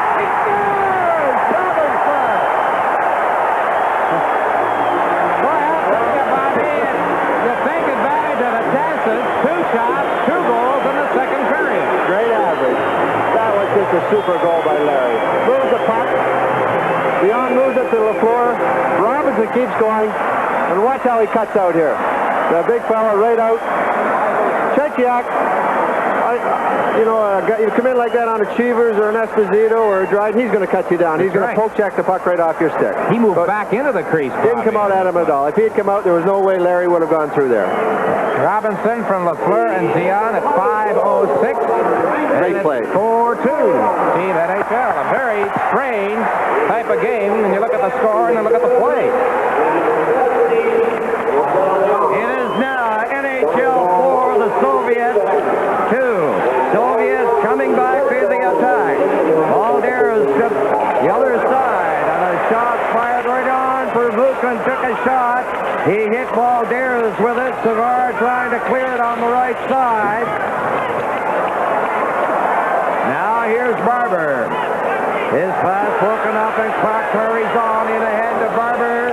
Into the corner. Vilyaledinov knocks it to the side. He's covering up in front. Now the Soviets starting out. Klukov with Kapustin. Kapustin over the line. He dropped it back. Now closing in for the shot. Vilyaledinov. Vilyaledinov. He is back. Gets it into the corner. They fight for it along the boards and it's cleared into the center ice area back into the Soviet territory. Pervukin to Vilyaledinov. Back to Pervukin. Takes his time out over the line ahead. And Perro turns, comes back for the NHL All-Stars. Here is Perro. Perro working off the board, coming in front. Great work by Perro. Back it goes. McDonald to Beck. Into the corner behind the net to Perro. There's a shot by McDonald. And he ricocheted that off the leg. Good pressure here by the Stars. Now the Soviets starting up. Kumanev hitting the line. Coming in with Mikhailov right in front. A shot. And a scintillating save by Dryden. Klukov takes a shot. And Dryden got a piece of that. Here's Babinov. He cleared it into the corner. And Beck shoots it down the ice. And it is icing. This game between the NHL All-Stars and the Soviet national team is coming to you from New York. 2 goals. Molson Gold? I just served the last one, I'm afraid. We've got plenty of, Honestly, I don't. What season? To make a long story short, the next day... let me hold that, please. Thank you. Puppy sleeves, a big, long earring, the whole thing. Waiter! If you go for the smooth taste of a Molson Golden, you don't settle for something else. When it's golden, you go for it. The teams have played 7 minutes and 7 seconds in the second period. NHL 4, Soviet 2. This is Dick Irvin along with Danny Gallivan, Bobby Orr, Dave Hodge, and Howie Meeker in Game 2 of the Challenge Cup Series in New York. Now the Stars on the right side. Rink-wide pass. Bossy over for Gillies. Gillies jostling going in there. Runs into Fedorov. Now it's to the side of the Soviets net in the corner. Bossy looking for a puck. And it's cleared out over the line by Fedorov. Here is Babinov. Over to Fedorov. Back it goes to the other side. Behind the net and coming out on the left side. Mikhailov. He's at center, right wing pass. Back it goes to the corner. Mikhailov going in against Dryden. Mikhailov falling along with Salming. And it is Trottier. Trottier losing it. Pass over the other side. Right in front, there's a backhand shot by Petrov. And a penalty is about to be assessed. Salming's going to get an interference call, and for the first time in the series, we've got a bit of an altercation. There have been no coincidental penalties called to date through to this point in Game 2. And I think Salming gets the only call right here. You are watching the Series of the Century live from Madison Square Garden. Things go better when you and Coke get together. Things like the Charlottetown Festival. Again, searching for Gastron. for living life. Dr. Stampede. Things go better when you and Coke get together. Coke and life, Coca-Cola and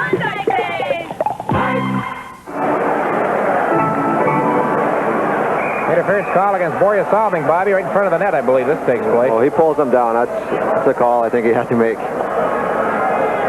So the Soviets, with another excellent opportunity to move to within 1 goal, they have an explosive power play. Here's Prevukin. Over on the other side it goes. By Leletin to the side of the net. The net is empty. Clark to Savard. Savard gets down into the center ice area. Then into Vilya Letinov. And they bump rather heavily at the line. Makarov digging down on the left side. He's over the line. Here's the drop pass. Golikov, Vladimir to Prevukin. Over on the other side. Winding up for the shot. The rebound. That was a hard drive. Here's Prevukin. Prevukin has it knocked off his stick. Vilya Letinov brought it back and cleared it at his own line to the other side. Prevukin took the pass from Makarov. Golikov lost it. Prevukin laying it to the other side. Vilya Letinov finally got it ahead. It's over the line. Golikov waits back to Prevukin over on the other side. Into the corners. They take a look. Vilya Letinov has it again to Makarov. Vilya Letinov over to Prevukin. Vilya Letinov again. Into the corner. They try to pass it in front. Puck is loose. And let's see, his stick makes contact. The stick was above the shoulder.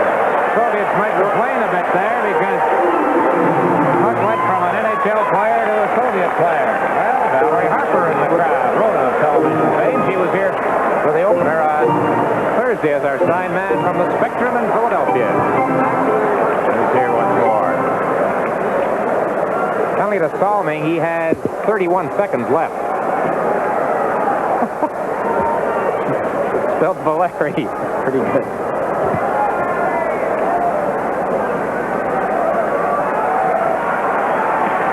Savard gets a hand. Well deserved. He's been power and strength out there.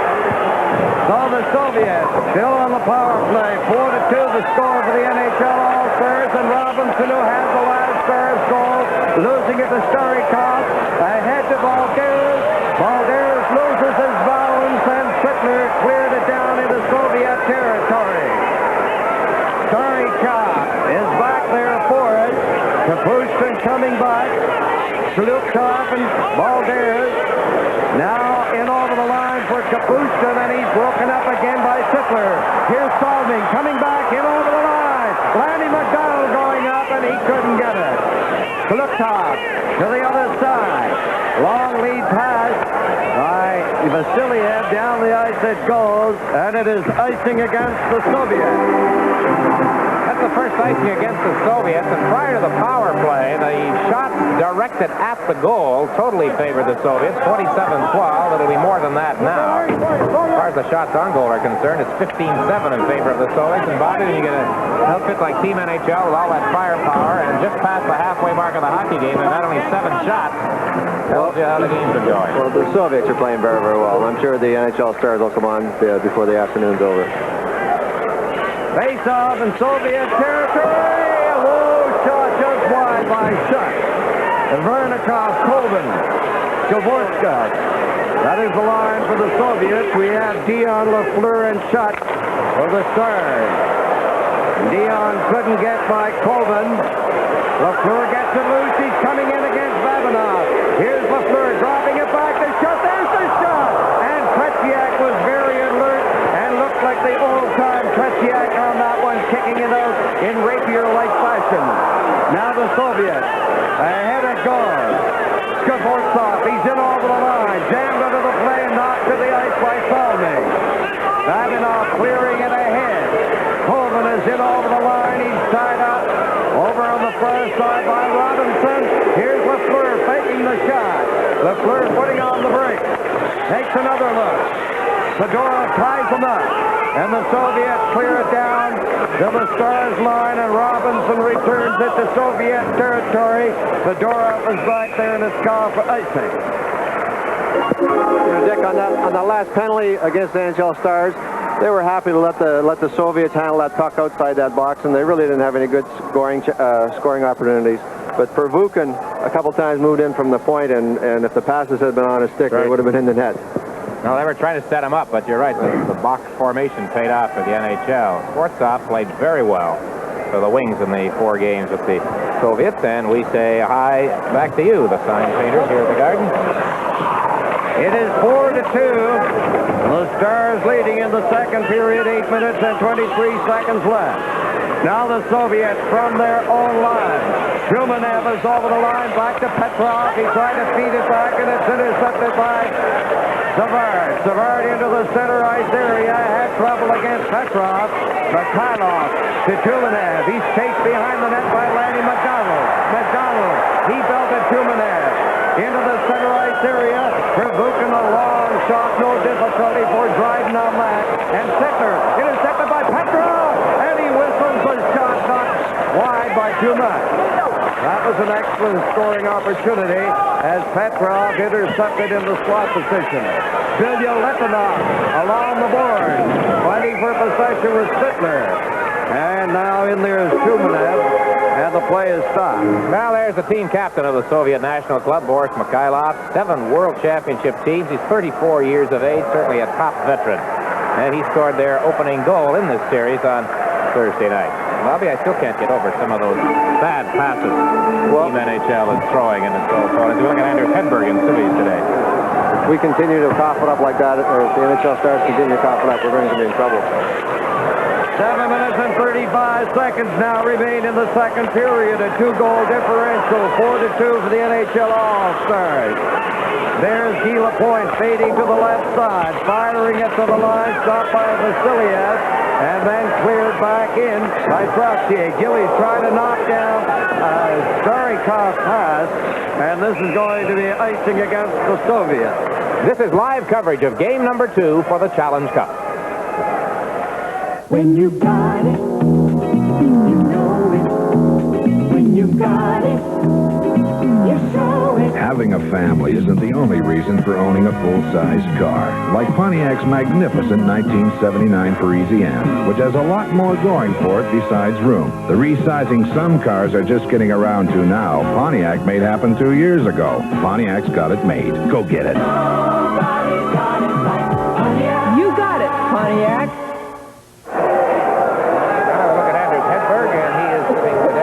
Tony Esposito. Vladimir Golikov along with Makarov, the line for the Soviets. For the Stars, the Islanders line of Bosby, Trottier, and Gillies. Makarov coming in over the line. Makarov fades to the right side. He was upended. Now on the right side, here's Bosby trying to get in front. And a good defensive play by Starikov. Well, they hold it on the boards in the corner. That man is a tremendous scorer whom you see there. Bobby, the puck seems to follow him at times, or he follows it. Danny, he can put it in. He knows how to play the game. Somebody yell, "Let's go Islanders." That's the chant you hear when you're at the Nassau Coliseum for the Islanders' home game. They started here a minute ago, and that line went out there. Trottier, Bossy, and Gillies. Lining up for the face-off to the left of Tretiak. Gainey, Clark, and Barber to the line for the Stars. They have Robinson and Salming out of your picture. They are up inside on the points, ready to fire. But the Soviets, Fedorov to the other side, to Babanov, bumping with Gainey. Clark was upended. Now here's Valderas clearing it up. Slukov is going after it, and Barber did some neat back-checking. Big Slukov up on the wing. It goes to Kapustin. Robinson watching back and then watching Kapustin. In goes Babanov. Barber out over the line. Lost it quickly. Valderas. Fedorov. He takes a look. The pass goes up to Slukov over the line with Kapustin. He's bumping with Barber. Here's Barber coming down with Clark. The Flyers players in over the line. Clark to Gainey. Tretiak was in front of that one. He didn't have a chance to move, but he was in the right spot at the right time. There's a face-off about to take place in Soviet territory. scoring chance. It's 4-2 for Team NHL over the Soviets. 5:56 left in the second period. Bobby, a good scoring chance. Another case, too, the man turning away from Clark inside that blue line and letting him go. And Clark, he made a great play to Bobby Gainey, and Tretiak made a great save. Well, here's a better look at it, Bob. Watch him. Stick checking. In your end, that'll kill you every time. So the NHL Stars defending over the line for the faceoff. To the far side, in front of the net, Vilyaletdinov got it up. It comes to the line finally, and Lafleur tipped it back into the center ice area. Vilyaletdinov again. Now it's over on the far side. Dvorak got it up on the wing, and it's repelled in by Colvin. Now into the corner. Savard played it off the board. Vilyaletdinov goes back there. He has it, and he whipped the pass into the center ice area. Vernikov, his pass intercepted. It's cut over the line. Drop pass to Dion. Dion is getting in close. He fired it, and a remarkable save by Tretiak. Tretiak has pulled off perhaps his best save since the series so far in this second period. He was not too brilliant in the first. And of course he let in perhaps a self-goal in the second, but he's looked sharper of late. Now the Soviets coming back in. There's shot. Dvorak, I think it is he who has been checked. Is that number 11? Barry Beck is going to get the penalty on the play, and it is number 11, Sportsov, the player who was shaken up by Beck, but Beck heads to the penalty box. The Challenge Cup is coming to you live from New York. There it is, the last one. What a night. Hey, Terry, celebrating with this. Well, there's no two ways about it, Terry, old pal. You really did it this time. What's the occasion? Well, you knew they'd go for it. And the reaction? Hey, all right. Adore no less. You'd have thought they'd never seen it before. Next time, bring out the Bordeaux. Your generosity will be appreciated, and your good taste remembered. Alexander Sportsov, number 11 of the Soviet national team, being attended to by the Soviet trainer. That comes as a result of the check thrown at him by Barry Beck, who has been penalized for boarding at 15:07 here in the second period. So the Soviets, with their awesome power play, have an opportunity again, so let us see what will eventuate here. They need a goal to get back within one. It's 4-2 for the Stars. Starikov, he hands it off. Shumanev to Mikhailov, over to Petrov. Four Soviets over the line. Petrov takes a look. He fires a long, high pass, and it's over the glass. They're setting up the basketball chant defense here in Madison Square Garden. Bit of a basketball flavor to the introductions. If you were listening, you heard Bobby Clark introduce them from the Philadelphia 76ers. Well, they play here too, I guess. Understandable. Once in a while. A minute and 39 seconds left in the penalty as Savard digs to the corner against Mikhailov. Now it's at the lip of the crease and Dryden to Gainey, and he sweeps it down on the left side. Soviets back there to regroup, get their power play into operation. Up on the right side they go. Petrov over the line to Mikhailov. Back it goes to Vasiliev. Over to Starikov. He takes a look. In it goes to the other side to Petrov.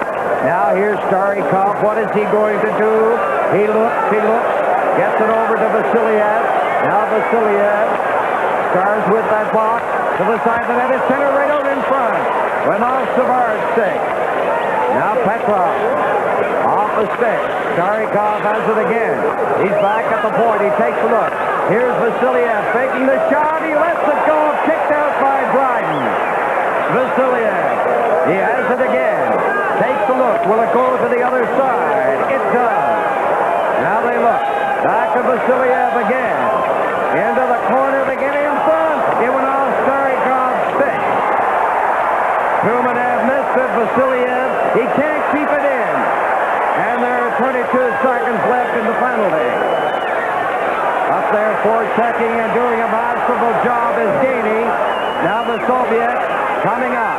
Here's Petrov at center. He hopped over the line. Petrov turning, takes a look. Petrov is getting set. He set it. Mikhailov scores!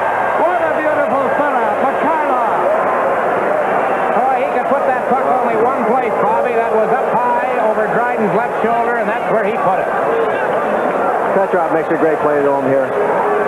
Up high over his shoulder. It's a matter of time. They power play. They like to work it in. They like to get it over the blue line, slow it down, work it around, and it was a matter of time. They've got such a potent power play. It was just a matter of time. Came just 6 seconds before the expiration of the penalty. It was their second shot on the power play, but they controlled it. So Mikhailov scores his second goal of the series, and we've got a one-goal hockey game this afternoon right now, 4-3. The NHL in the lead. Boris Mikhailov. Got that shot away so quickly, Daddy. Fantastic. You know, I love to see a player with that wrist shot, Bobby Orr. They all have great wrist shots. 17 minutes and 2 seconds the time of the goal. Just the one goal separating the teams now. Goalie cross pass is gobbled up by Barber. Barber cleared it to the line. Fedorov flipped it and it's over the glass. 2 minutes and 39 seconds left. And he is one of the veterans of the team, Bobby. That line, Varlamov, Fedorov flipped it and it's over the glass. 2 minutes and 39 seconds left. And he is one of the veterans of the team, Bobby. That line, Varlamov, Mikhailov, and Petrov, they're getting a little long in the tooth. Well, they've been around for a while. I can remember them in 72 and they were the start of that series for the Soviets. They're still tremendously dangerous. Now the puck in the star zone. It's clear to the right side. Lafleur couldn't get anywhere against Fedorov. Robinson playing it to Barber. He couldn't make contact down the ice. Fedorov is back, and it is icing against the Stars. Bobby, a lot of people might be wondering about the lack of offense on the part of Team NHL. Only 11 shots near the end of the second period. Well, I don't think that we're getting over center ice and throwing it in and forechecking like we did the other night. The other night we were throwing it in and forechecking the heck out of them, and they didn't know how to handle the forechecking. And they're doing that to us this afternoon. They're throwing it in, they're keeping their defense in, and we're having a few problems. That last Soviet goal on the power play at 17:02, Mikhailov and Petrov and Vasilyev. So this face-off to the left of Dryden, Zhluktov, Kapustin, and the other player is Balderas. He's back at the rim of the circle. There's a shot. They score! Kapustin! And it is a tie hockey game. Well, one thing the NHL's been doing up to now is controlling face-offs in the majority, but not there, Bobby, and it cost them dearly. I think it goes off Salming's leg. He doesn't hesitate, bang. It's off Salming's leg, and Kenny didn't have a chance on it. Or 2 quick ones by the Soviets, and we've got a tie hockey game. It's 4-4. I noticed it was not Balderas out there, but they had sent Mikhailov up. Well, they're matching lines. I've never seen the Soviets do this, and they're doing it today and doing it very well. 45 seconds, the separation in time of the 2 goals. Houston's second goal. Now here's Barber. Barber working his way in and is called on the offside. Well, there he is, Kapustin with his second goal of the hockey game from Zhluktov at 17:47. And Bobby, with the Soviets getting the 2 quick ones to tie it, you look back to the save Tretiak made off Dion. That was the big one. That would have been a 5-2 hockey game right there. Things start to turn. It is Gainey into Barber. Gainey cruising against Bilyaletdinov. They get tied up. Now it comes off the glass to the left side. Kapustin coming down. Balderas takes it. Balderas passes it back. Zhluktov takes a shot. It's off a leg. Beck's leg in front. And the Stars knock it to the center. Here's Barber clearing it in against Pervuka. Gainey getting it back to Beck. Beck takes his time. Now it is Savard. Savard goes to the left side. He tried to hit his man at the line, Gillies, but couldn't. I'll talk with one of today's NHL reserves, Anders Hedberg from the New York Rangers, and with NHL referee-in-chief Scotty Morrison. Howie Meeker will have highlights of a very wide-open period. The Soviets controlling again and are now even at 4. Lining up for the face-off. It's outside of the Soviets line, 1 minute and 19 seconds. Left in the second period. Each team with 4 goals. There's Dennis Potvin. Ahead to Gillis. He lost it. Vasiliev a head up on the left side. Varnikov couldn't get it. Here's Coben going in. He tried to slide the pass in front. Stars knocking it to the wing down the ice. And now we have less than a minute to go in the second period. Guy Lapointe having difficulty against Coben. Skvorskov coming in. Oh, he was hit by Dennis Potvin over on the other side. Now Varnikov dropping it back. Vasiliev shooting it. It went off a player or Dryden and went wide. Coben behind the net. Loses it to Trottier. Skvorskov tried to check in. Skvorskov getting it back. Varnikov a shot. The rebound. Gillies clearing it. Skvorskov going after it again. And the Stars are forced to roll it down into Soviet territory. Starikov up to the line. Here's Mikhailov a shot. Dryden had no difficulty with that. It's centered in front. And Petrov almost directed it to the upper left-hand corner. Soviets with the pressure on as we move into the final 8 seconds of the second period. Now Starikov out to center. Tumanev trying to corral it. Here's Settler, and that's the end of the period. So at the end of 2 periods, it's tied at 4.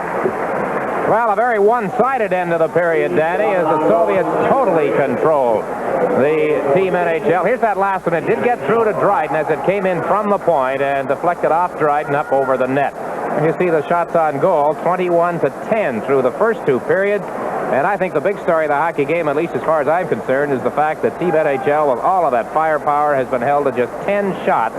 And they can perhaps consider themselves fortunate. 10 shots, and 4 of them have gone in, as Tretiak has been shaky. But he did make the big save off Dion when it was 4-2, and shortly thereafter, the Soviets scored twice. In that second period, the shots on goal, the Soviets 14 and the NHL 5. And so the score at the end of the second period. 4-4, a tie hockey game. This is game 2 for the Challenge Cup. When you got it, you know it. When you got it, you show it. It's when you slide in behind the wheel that it really hits you. Nothing you could really put your finger on. All the same, it's there. The pride and the passion Pontiac imparts to its breed of bold, personal cars. The 1979 Grand Prix. It's there. You can feel it. Nobody's got it like Pontiac. You got it, Pontiac. From New York City, this is the Challenge Cup. Game number 2. Second period is over, and the NHL and the Soviet Union are now tied at 4, quite a difference from the first game, when at this point the National Hockey League had a 4-1 lead. In that period, a goal by Perro that seemed as though it was deflected, and we'll perhaps try and look at that later on tape. Varnikov for the Soviet Union. Robinson restored the 2-goal lead for the NHL, and then the 2 quick ones by the Soviets. The first of the power play by Boris Mikhailov, and then Sergei Kapustin's second of the game to tie it 45 seconds after Mikhailov scored. With me is one of the NHL players who is not in uniform today, Anders Hedberg, and one of the very difficult parts of this series for Coach Scotty Bowman is to sit out 6 players from his lineup. I wonder what your thoughts are on not playing today. I'm just happy to be able to be a part of the team, and I feel I'm a part of the team even if I'm not on the ice today. Anders, you've had plenty of experience playing the Soviets while you were in Sweden. And I wonder what differences there are in the strategies that Scotty Bowman and the NHL players are employing from what you're used to when you played with them with Sweden against the Soviets. Well, first of all, we usually played on the bigger ice surface in Europe, and that sure makes a different game. And also the team that Scotty Bowman has to work with certainly has more talent than the Swedish national team I played for over in Sweden. One of the things that Scotty took into account when selecting the team, and certainly you and Ulf Nilsson fit the pattern, was that he wanted the NHL to control the puck. Now, that really isn't happening, especially in this game, but did you have more success with the Swedish nationals at keeping the puck away from them? And if so, how could the NHL utilize that? No, I think especially if you even playing on a bigger ice surface, they are excellent puck control players, and that's the whole game, more so over in Europe than it is over here. I must say today they are very hungry, and they are, seems to me, they are first on most of their loose pucks, and that's a good start to be trying to win a hockey game, and the way they're playing, I'll compliment. You learn by playing them once, and you've of course played them more than once, that you can never relax. The 2 goals at the end of the period were perfect examples. It seemed that the NHL was in a bit of a lull, and the next minute, bingo. You've had plenty of experience watching them score like that, right? They're quick. It's not very hard shots, but they are quick shooters, and for goalkeepers, that's maybe the toughest shots for them to stop. What changes have you noticed over the years, from the first time you played them to the way they're playing today? Today, I think they've played different than I've seen in a long time. Never over here. I don't think they're really forechecking. I would say that they are taking the play from us instead of us taking the play from them, as I believe we should do. But because they are so hungry and they seem to be willing to suffer and win this game so badly, it's certainly tough to do.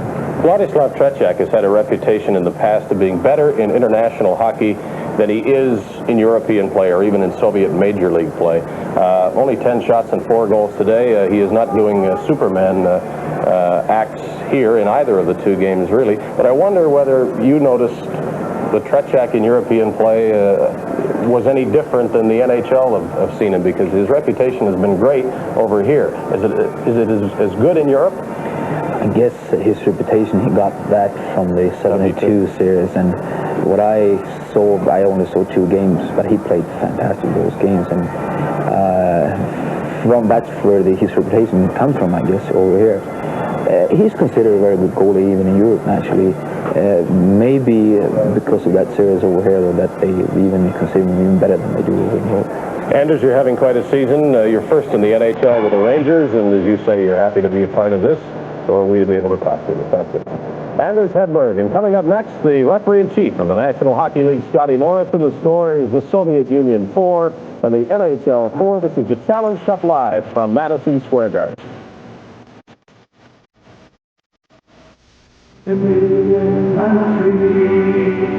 I guess everybody's got their own idea about the kind of country they like best. But you know, you could spend your whole life traveling from one side of Canada to the other, and I'll bet you still couldn't cover half of it. Like around here, there must be, a dozen places you could get to in a day's walk, and each one is different and kind of special. That's the thing about Canada I like best. Wherever you go, you're going to find something special. And as far as I'm concerned, there's only one kind of beer that can match it. Molson Canadian. My kind of beer. Look around and you'll find the flavor of the country. Coming at ya in one big log of beer. That's only one Canadian. Molson Canadian. Molson Canadian. Canada's kind of beer.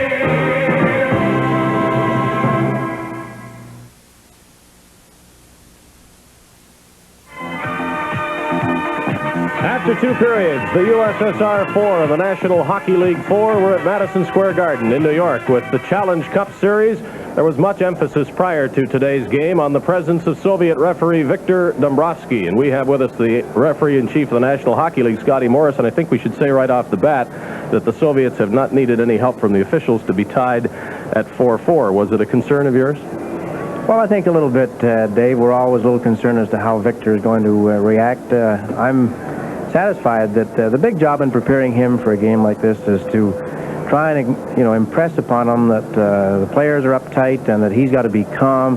He can't aggravate them by any of his mannerisms on the ice, and it's tough. And I think we've finally got through to Victor that a lot depends on him, and I think his standard as far as the enforcement of those penalties, they're pretty well in keeping with what our NHL players are used to. You've had plenty of involvement with him. You've worked with him. You've seen him work. How would you rate him as an official? Well, I think under the circumstances, Dave, I think he does a pretty good job.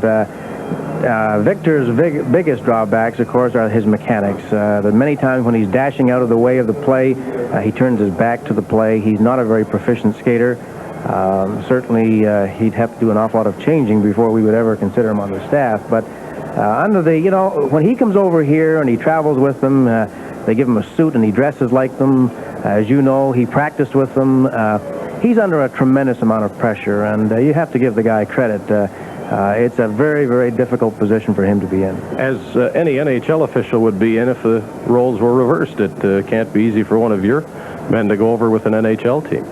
Oh, it'd be the same thing, Dave. If our fellows went over there and had an NHL blazer on and ate with the NHL team and practiced and worked out with them,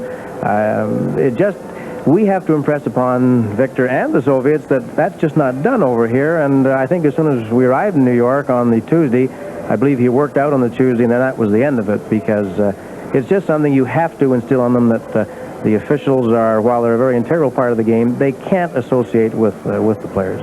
One thing I haven't figured out is why we haven't seen any other Soviet officials in all the years. I suppose we've seen some, but he seems to be the major one, and I guess you wouldn't have an answer for it either. Well, Dave, he is considered to be their top referee over there, and we've asked him this many times. There's another little referee, Yuri Karandin. I thought was a pretty good official when we had him at training camp. But Victor's had a lot of experience, and they just think he's their best. Okay. Thank you, Scotty Morrison. It's a 4-4 tie. Coming up next, Howie Meeker with the highlights of a very interesting second period of play from New York. This is the Challenge Cup.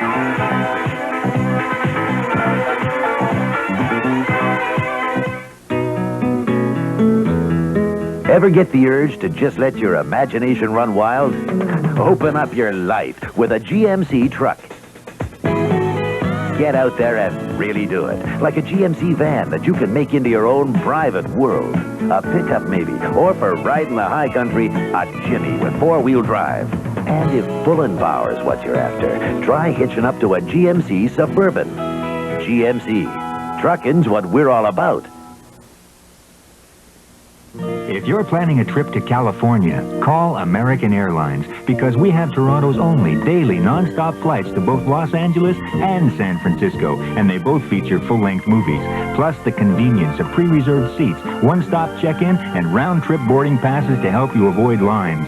American Airlines to California, another thing that we do best. We're American Airlines, doing what we do best.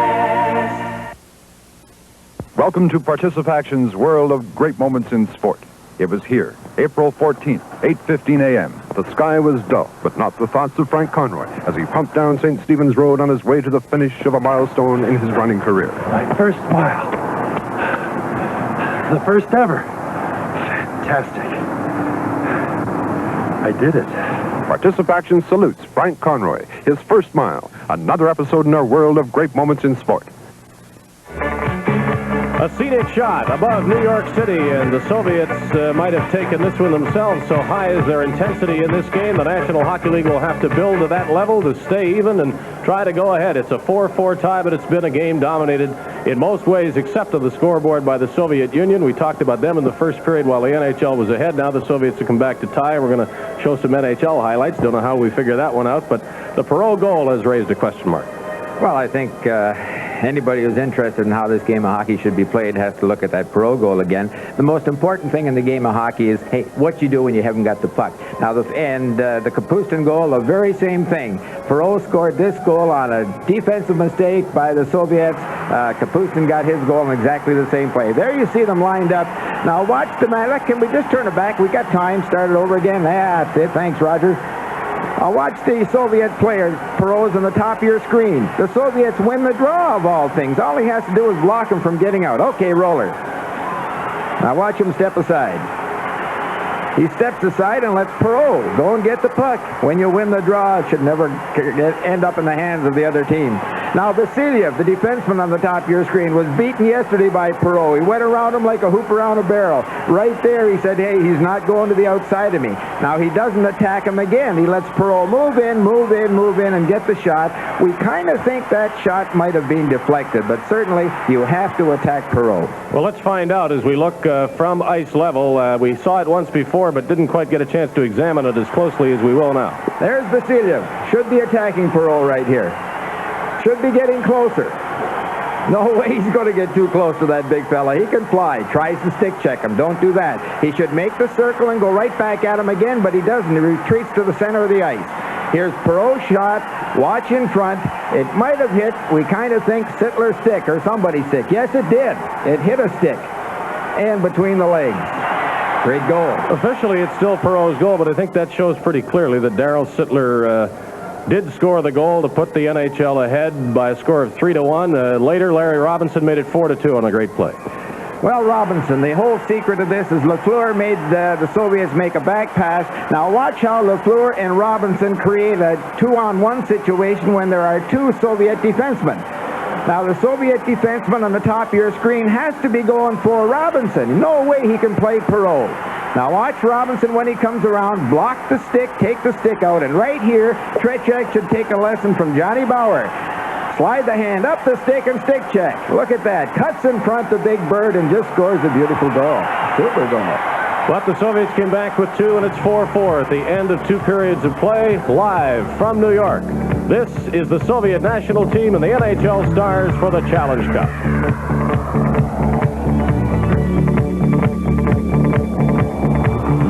Things go better when you and Coach. Things like watching your team. Whoa, look at it again.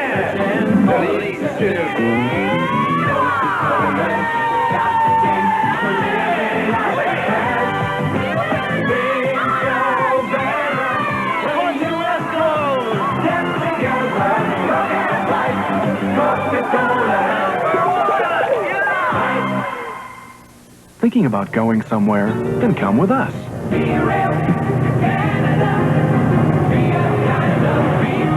We're Via Rail Canada, and we're going places. At Via, there's a choice of tours and a choice of ways to go. From a low-cost one-day outing to a complete holiday package, escorted or unescorted. This year, take a good look at Canada close up. Come, experience Canada with Via. Be good to yourself. Take the train.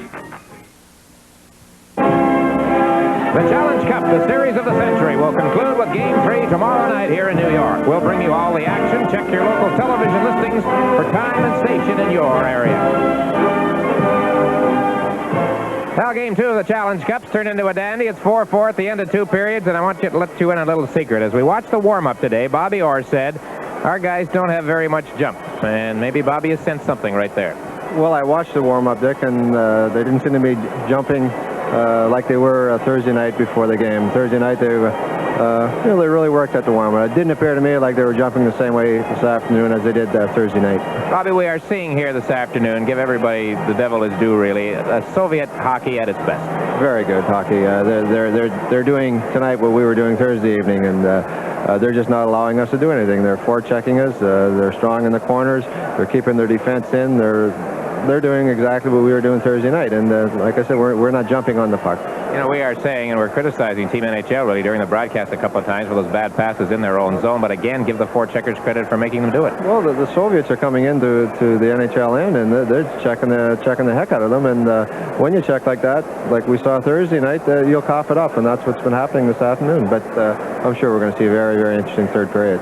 Bobby, on the power play, some of the fans might have said, gee, look at the Soviets. They're controlling the puck. Our fellas aren't touching it, speaking of Team NHL. But really, there's a method in that particular thing. That's exactly the way that they played it. The NHL players, if the Soviets want to move it outside the box, we set up a box, and if they want to move it outside, the NHL players are happy to let them leave it out there.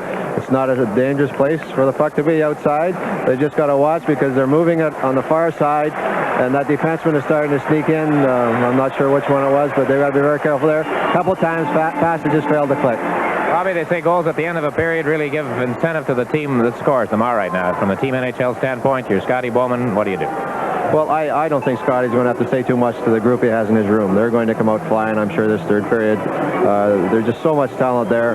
They're all winners. I don't think Scotty's going to have to say too much to them. They know they've got to come out and work for 20 minutes. They know the Soviets are playing very, very well, and they've got to go after them. I think the name of the game really today, though, Bob, is legs. Oh, yes, the Soviets are skating, and they never stop.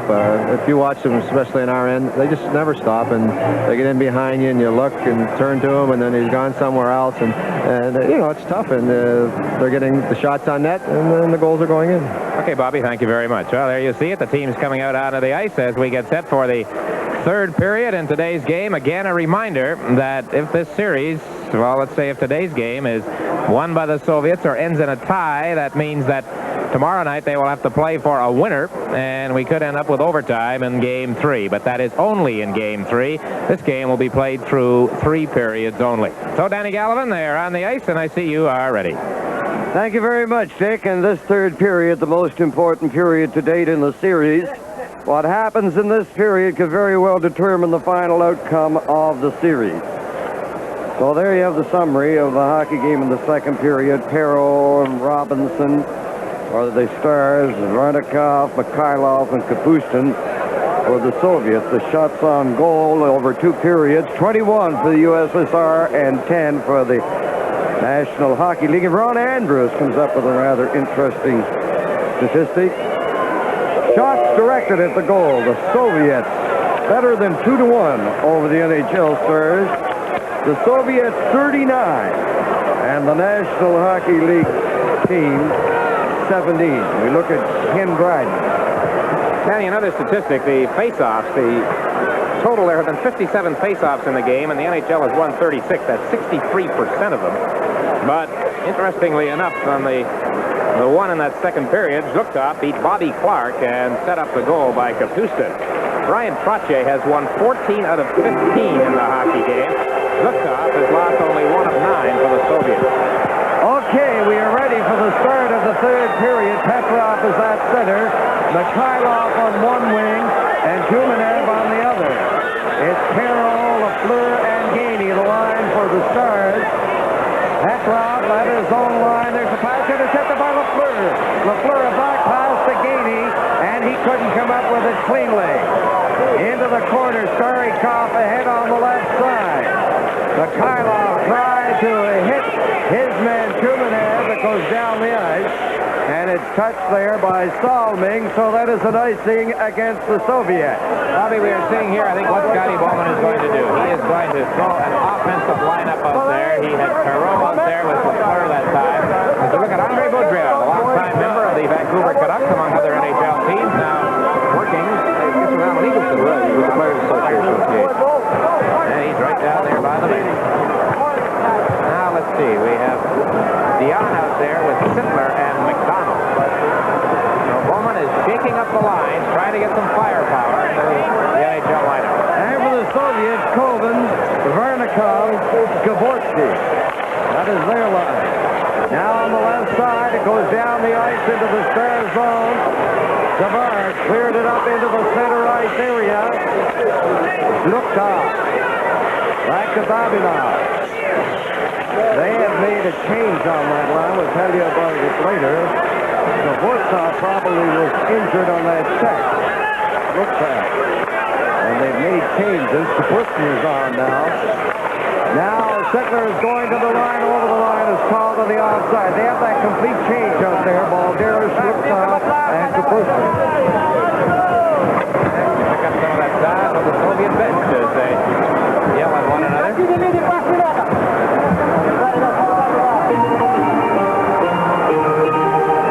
Well, I don't know what they said, Bobby Orr, but they are up anyway. Interesting. Now a new line. Golikov. Out there. There's a shot by Clark. Off the glove of Tretiak. He holds it and gets a face-off in deep Soviet territory. Now we've got Lafleur in right wing with Clark and Barber. You're going to see Lafleur get a lot of ice time, Bobby. If you look at that shot by Bobby Clark. I would guess Guy Lafleur is going to get plenty of ice time. Makarov is the other Soviet forward. Vilyaletdinov has it, goes into the corner, ahead it goes. Vladimir Golikov stick to center, and it's fed back in by Lapointe.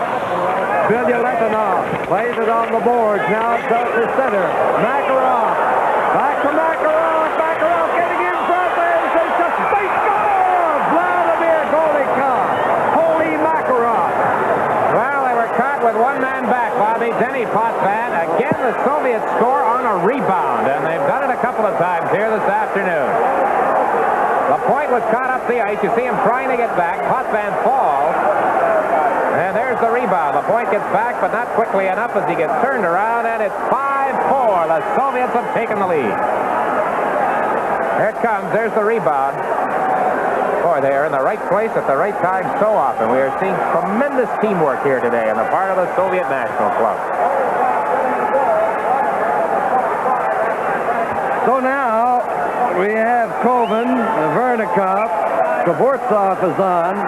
So he is not apparently any worse for wear as a result of that check deep in the Stars zone near the end of the second period. Kvortsov is at the line against Gilly. Now Salming at the side of the net, up on the left side. It's kept in by Vasiliev. Kvortsov along the boards. Koven is going after it, trying to get it. It comes out in front, and the Stars start out led by Gillies. Gillies over to Bossy. Bossy digs into the corner against Vasiliev. Gillies now going after Starikov, but cleared it on the boards into the center ice area. Here is Salming playing it to Gillies. He scooped it into the other side. Bossy couldn't play it into the corner, and the Soviets come into the center ice area over the Stars line. And behind the net, Robinson playing it to the right side to Bossy. Now pass to the other side to Robinson. 5-4 for the Soviets over the Stars. Robinson fired that! And a quick glove effort by Tretiak. Petrov is now on the ice. Robinson playing it back to Salming. It's off the leg. And Vasiliev playing it back to his own line. Tumanev is in behind the net. Taking his time. Gainey forechecking along with Perro and Lafleur. And the Soviets come out into the center ice area. Mikhailov to Tumanev. Tumanev trying to get it in front. He was bodied by Beck. The Stars, Lafleur into the center ice area with Gainey. 3-on-1. And Lafleur couldn't control it. Lafleur over the other side to Peck. There's the shot. And it's blocked by Tretiak. Back into the center ice area. Petrov coming down in over the line. Here's Mikhailov. A shot. It rolls into Dryden, and he covers up. Tremendous passing by the Soviets. The Challenge Cup, the series of the century.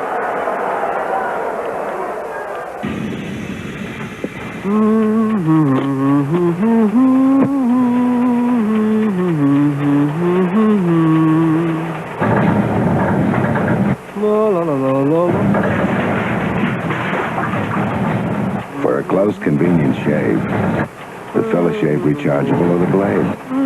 The choice is painfully obvious. The Phillips Shave Rechargeable by Phillips. Vladimir Golikov from Makarov, the scoring play. Bobby, here it is again.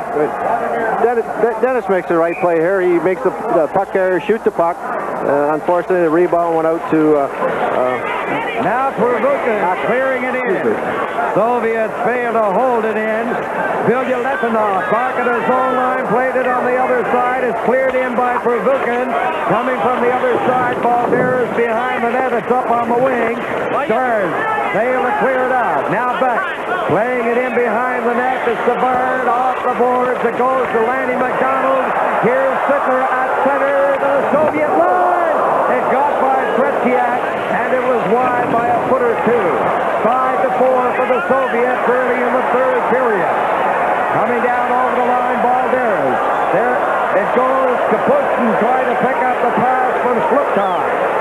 The Stars led by Savard. 4 of them into the center ice area. Sittler couldn't pick it up.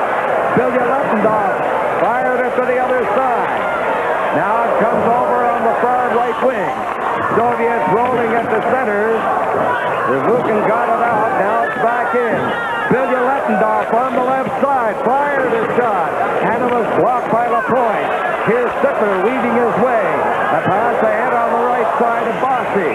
And now it's the turn of the Stars to make changes while the play goes on. But it is icing against the NHL. Well, there's Harold Ballard, owner of the Toronto Maple Leafs, president of the Leafs, along with Ted Huff of the Canadian Sports Network. The Soviets, Bobby, you want to crank the game back into the tail end of the second period, scored 3 times in about 4.5 minutes of playing time. They're flying this afternoon, Dick. They're playing just super hockey, and no doubt our guys will come back right now. The Golikov and Makarov, the line for the Soviets.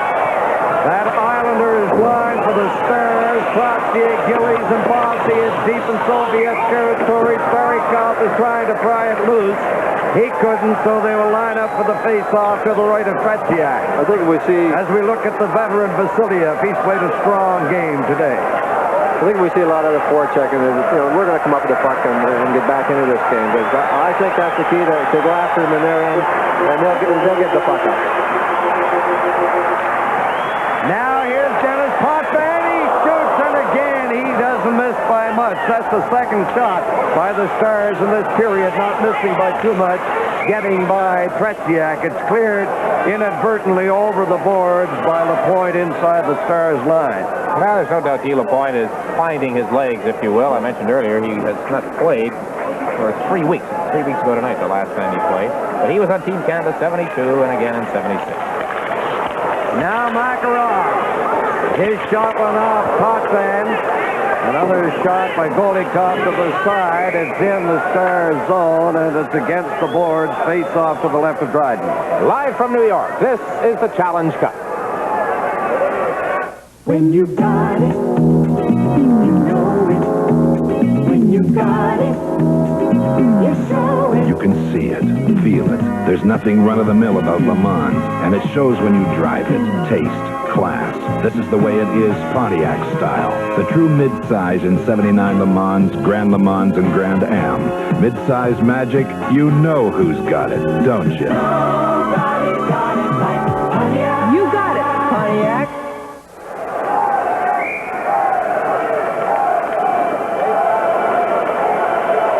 Face off to the left of Dryden. Dvorak lost it in the slot. Turning on the right side is Bossy. In ahead for Trottier. Trottier along the boards in the corner.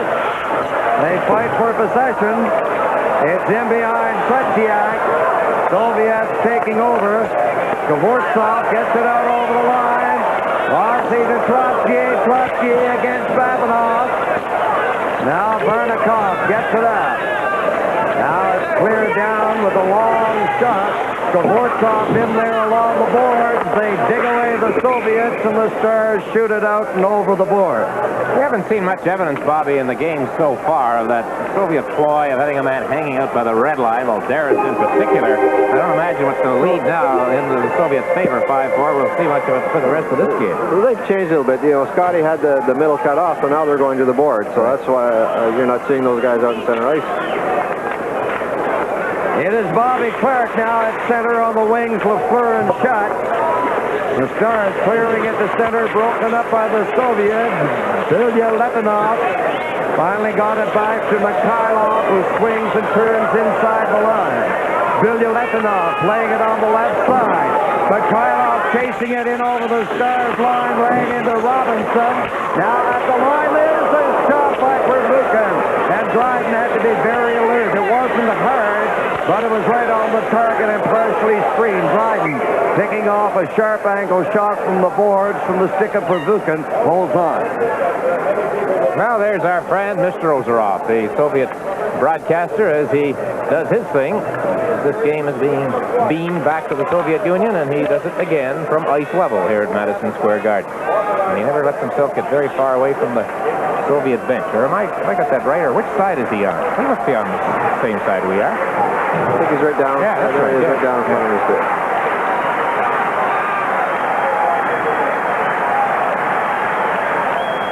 So this huge crowd of over 17,000, most of them rooting for the NHL Stars, are getting a bit apprehensive with the score of 5-4 for the Soviets.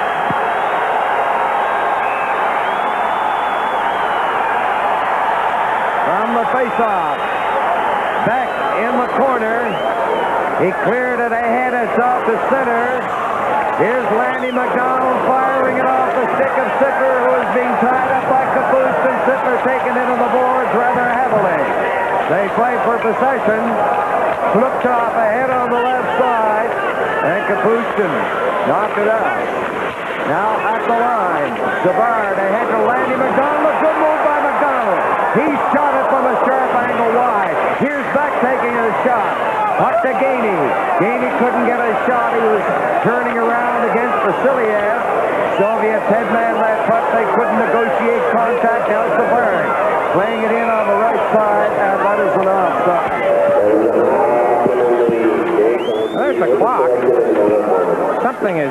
No, they switch ends. So what clock's still going, though, Bob? Still going.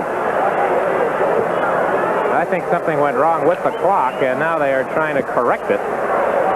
So we're going to have a bit of a delay, which gives me a chance to remind you that the Moscow 1980 Olympic coin program is presenting to a star in each game a silver coin set.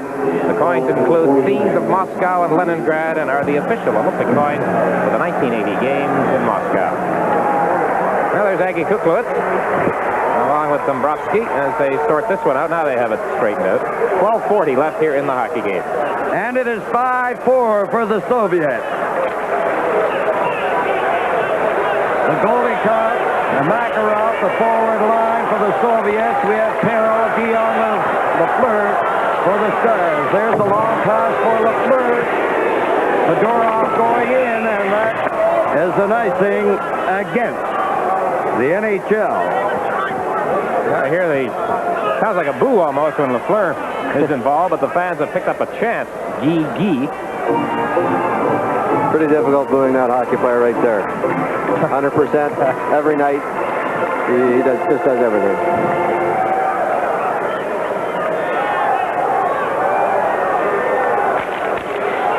From the face-off. And LaPointe clearing it up on the left side. Babinov trying to pick it up. He couldn't. Perrault cleared it out over the line. Fedorov to Alexander Golikov. He shoots it in, and his brother Vladimir, along with Makarov, move in. But the Stars, Perrault took a Dion pass. Here's Perrault. He has that great speed. Perrault around the net, trying to center it, and Tretiak got his stick on it. The Soviets get clear of it. Golikov, Alexander shooting it into the Stars zone. Potson to Perrault. His pass is blocked. Babinov laying it back to his own line to Fedorov. Now at the line, Lafleur passing it out to Perrault. And the Soviets doing an excellent checking job here. They're staying right on top of the Stars. Soviets took a 1-goal lead. They moved in there. Makarov is after Perrault. Alexander Golikov tried to get it, but it's under Perrault. This game between the NHL All-Stars and the Soviet national team is coming to you from New York.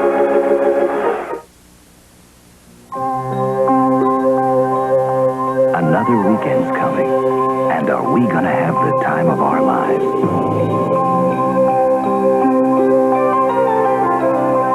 Now's the time to relax with the beer of the country. Raise a glass of Canadian. Molson Canadian, it's your kind of beer. Soviets, everybody up. Vilya-Letendorf and Pervukin on the point. Pervukin's shot is blocked. Skvortsov tried to get it. Now number 10, Vernikov, couldn't. Salming cleared it to the left side. Vernikov in behind the net. Here's Salming turning. Skvortsov was after him up on the left side to Gillies. He tipped it to center. 5-4 in the third period for the Soviets.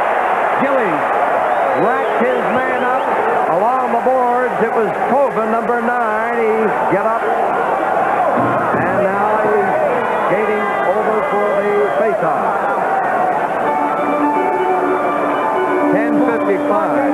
That's the time left in the third period. Remember, as Dick mentioned, if this game is tied, there's no question of any overtime in this game.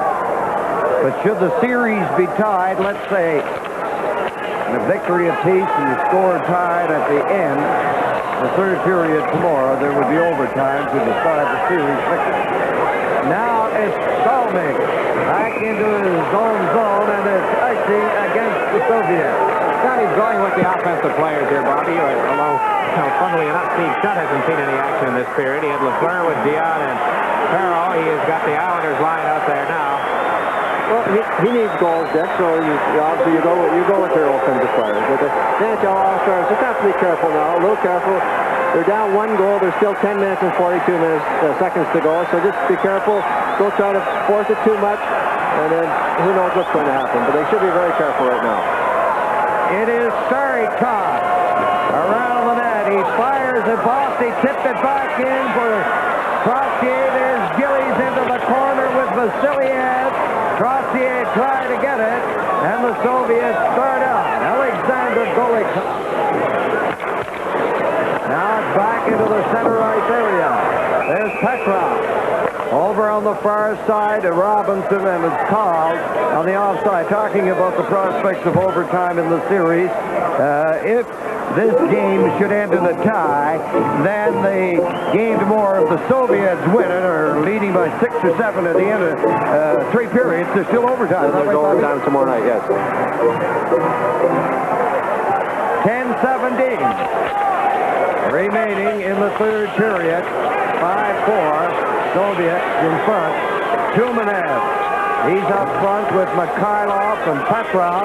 There's Mikhailov along the boards, in behind the net. Savard, he tipped it up on the wing. Vasiliev knocked it back in. He jammed Savard in on the board. Mikhailov fell. Back to the point it goes to Starikov. Mikhailov couldn't pick it up behind the net, and Savard has it. Pass to center, stopped by Petrov. Tumanev coming in on that right side for the Soviets. Backhand shot. And it's Dryden covering up. Tumanev didn't play the other night, but he's put on a pretty good show here today. You are watching the Series of the Century live from Madison Square Garden. Hidden are the years of training, the bruised muscles, the good times given up. But when you have a dream to be the best, it's all worth it. Lotto Canada funds help make dreams come true by helping young athletes get better and better at their game. Lotto Canada, a Canadian institution dedicated to the development of fitness and amateur sport in Canada.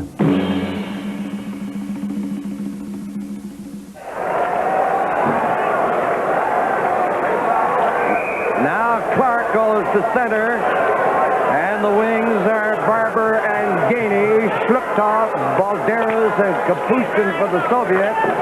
Fedorov on defense with Babinov. Puck is in the star zone. They jam in on the board.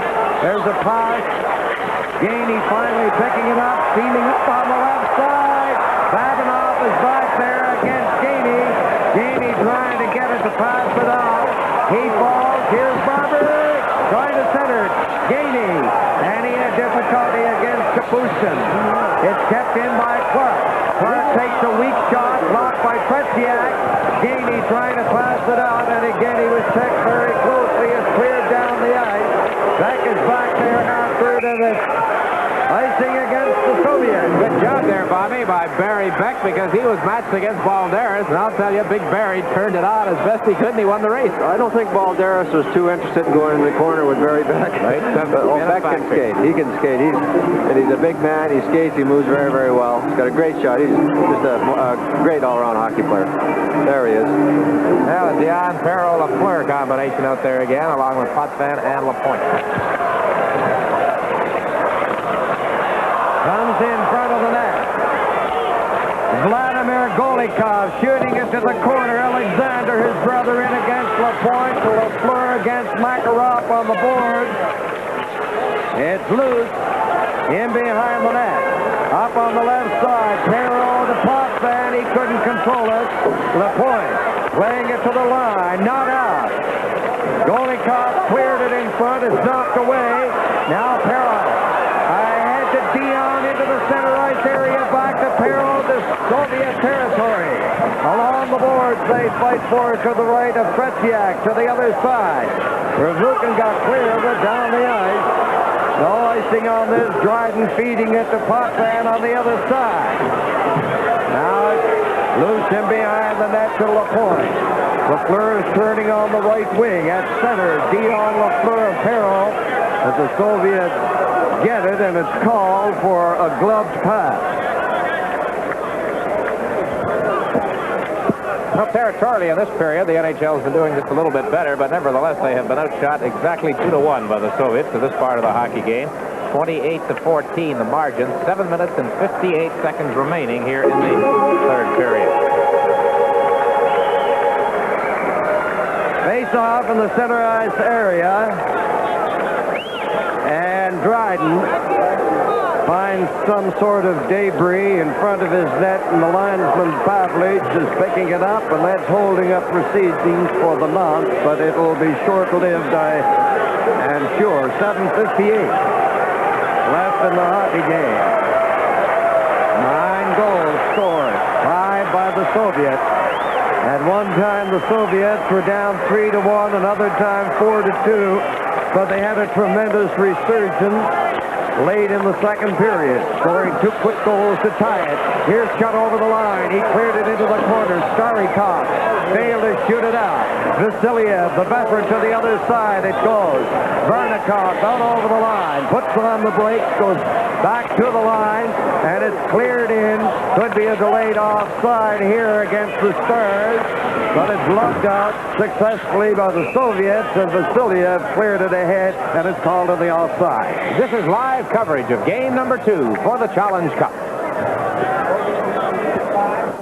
Buick continues turbocharging North America with the world's biggest choice of turbocharged cars. The 1979 Turbo Buicks. 4 cars, all powered by the remarkable turbocharged V6. To drive one is to want one. The Turbo Buicks. The Riviera S-Type. The Sabre Sport Coupe. Regal Sport Coupe. And the Century Coupe and Sedan. When it comes to turbocharging, nobody else even comes close. Exactly 7.5 minutes to play in the third period, 5-4 for the Soviets. Dan Kelly is not with us today. He's working on CBS. He'll be back with us tomorrow night. Now there's Tobin coming out. He shoots it ahead for Vernikov on the other side. Skvortsov. It doesn't go over there. The Stars getting it. It's into the center ice area. Here's shot over the line. Checked by Vasiliev. They go to the corner. Around the net. Starikov reeling it, but not out. There's a shot by Sittler to the short side. Sittler is dumped by Starikov. They fight for possession in behind Tretiak and a face-off in deep Soviet territory. Darryl Sittler back at center ice right there between Steve Shutt and Lanny McDonald. In the penalty department, the NHL Stars have received 3 penalties. The Soviets just 1. And when the Soviets player Kovin was off in the first period, Bossy scored on the power play. One of the Soviet goals, Mikhailov's goal in the second period, came on a Soviet power play. Now it's Beck taking a shot, and a screen shot wide. Here's Beck again, trapping it at the point. In it goes behind the net. Fedorov clearing it on the right side. They jam in on the boards, and they get a whistle and a face-off again. In Soviet territory in Bobby Orr, the time has come for all the pressure that the Stars can put on the Soviets to take place. Pull all the plugs out now, Dan. Yeah, 6:41 to go. They're calling the play outside. Well, obviously at fault was a member of the Stars. He was responsible for the stoppage in play. Petrov at center, Mikhailov and Tumanev on the wings. Now Babinov clears it on the right side into the center ice area. Beck stopped it. Soviets getting it again. Mikhailov, the veteran, coming in, swings to the other side, gives it to Petrov. He dropped it to Tumanev. Tumanev trying to center it. Tumanev in the corner, center it. There's a shot by Petrov. And what a glorious scoring opportunity that was for the Soviets. I want to see that again to see whether Dryden got a piece of it as he kicked out that right leg. Now the puck into the center ice area. Tumanev is in over the line, but drop pass. There's the shot by Petrov. And he unleashes a booming blast, and Dryden made the save. Well, this number 21, Boris Tumanov, didn't play the other night. He's taken over for the injured Arlamov today, and Bobby, he's put on quite a show. He can handle the puck. He's having a whale of a game. He didn't play the other night. I guess they've been hiding him on it. They didn't want to have everyone out there Thursday night. But he's played a fine game. And Dryden has faced 30 shots to date in the hockey game. One of the young fans of the 17,000 plus here for this afternoon game at Madison Square Garden. Dion facing off against Luktov. The Stars, Potvin laying it on the board, backtracking his peril. He fell, gives it to Potvin. Long pass to Lafleur, he couldn't pick it up. Here's Kapushin. He has 2 goals for the Soviets. He swings that pass to the right side, and Balderas is back there for it. Balderas to Shluptak. Shluptak being hounded by Perro. He missed Dion with the pass. Here's Lafleur going in. Kapushin into the corner. Bodied by Lafleur. Soviets clearing it out, and it's knocked back in on the offside. Lafleur has been doing some bodybuilding in this series. Well, he can hit. The Challenge Cup is coming to you live from New York.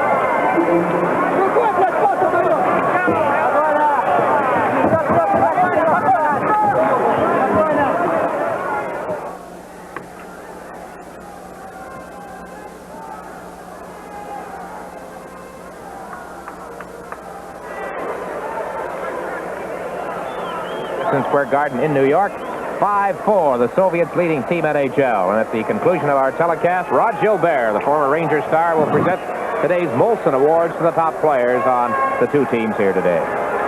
The Golikovs and Makarov, the line for the Soviets. Perro, Lafleur, and Dion still on there for the Stars. Starikov wins his way down on the left side. Rolled it gently to the Stars line. LaPointe knocking it up on the left side. Now it's back Potvin to Perro. Back to Potvin. He's an excellent rushing defenseman. A good move by Potvin.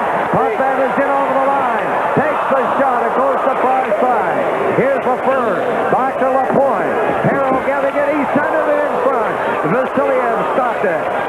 Now into the corner, Starikov. LaPointe has it there. He ripped that shot off the corner boards, and there's Lafleur to the other side. He bumps along the boards with Makarov. Starikov has it. He shoots it ahead to Alexander Golikov. It's back to LaPointe at the Stars line to Potvin, who had that last beautiful rush for the Stars. Here is LaPointe clearing it in. Fedorov knocked it out to the line. Coming at the line, an excellent move by Makarov. He shoots it to the corner. The Soviet strategy, shoot it in there, move up, tie up the All-Stars. If they can, neutralize their speed to protect the 5-4 lead. That is the obvious strategy of the Soviets. Now the puck in the center ice area. Clark couldn't get anywhere. Here's Potvin at the line. He collided with Gainey. Golikov. Over it goes. Skvortsov took a shot. Driving a big save. Soviets making changes when the play goes on. Face off to the right of Dryden. That was a quick shot by Skvortsov. He had just come out of the ice. There it is. Good stop by Dryden. The whistle went right after that. I don't know why. Maybe gloved ahead, I guess. Well, all right. We'll stick with our sign maker. 3:44 left. Time definitely becoming a factor. And we'll keep our eye on Dryden as the minutes tick away here in the closing stages of this game. And we have Koven along with Varnikov out there to join Skvortsov. There's a shot off the leg. Gainey can't clear it out. The Soviets with a weak shot by Varnikov. Skvortsov tried to center it. Salming clearing it to the left side. Ahead of Guido on the spectators. 3:31 left in the third period. 5-4 USSR over the NHL. Bobby, the shots directed at the goal, 11-8 in this period, favor the Soviets. But Team NHL has not had really any good belts at Tretiak in this third period. The shots aren't really on the target.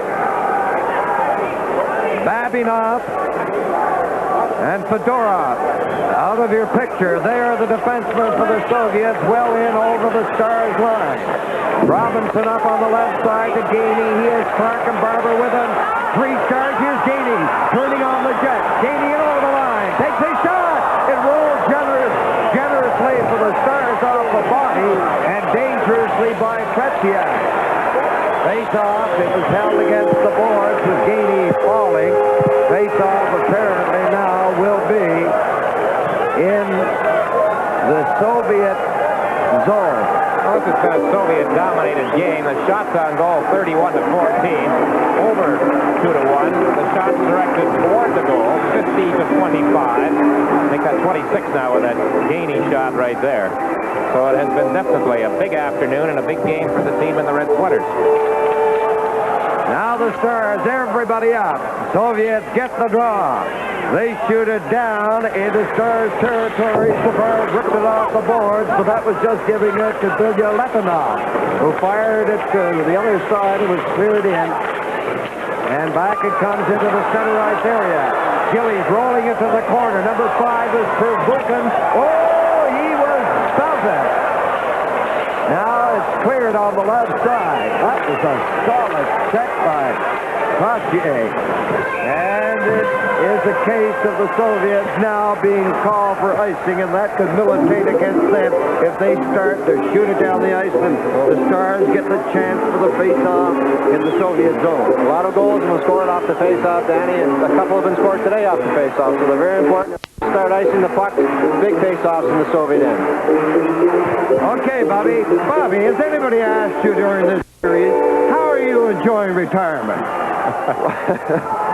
Well, I'm enjoying it. I realize I can no longer play, and I'm happy doing what I'm doing, but I'd much rather be out in the ice.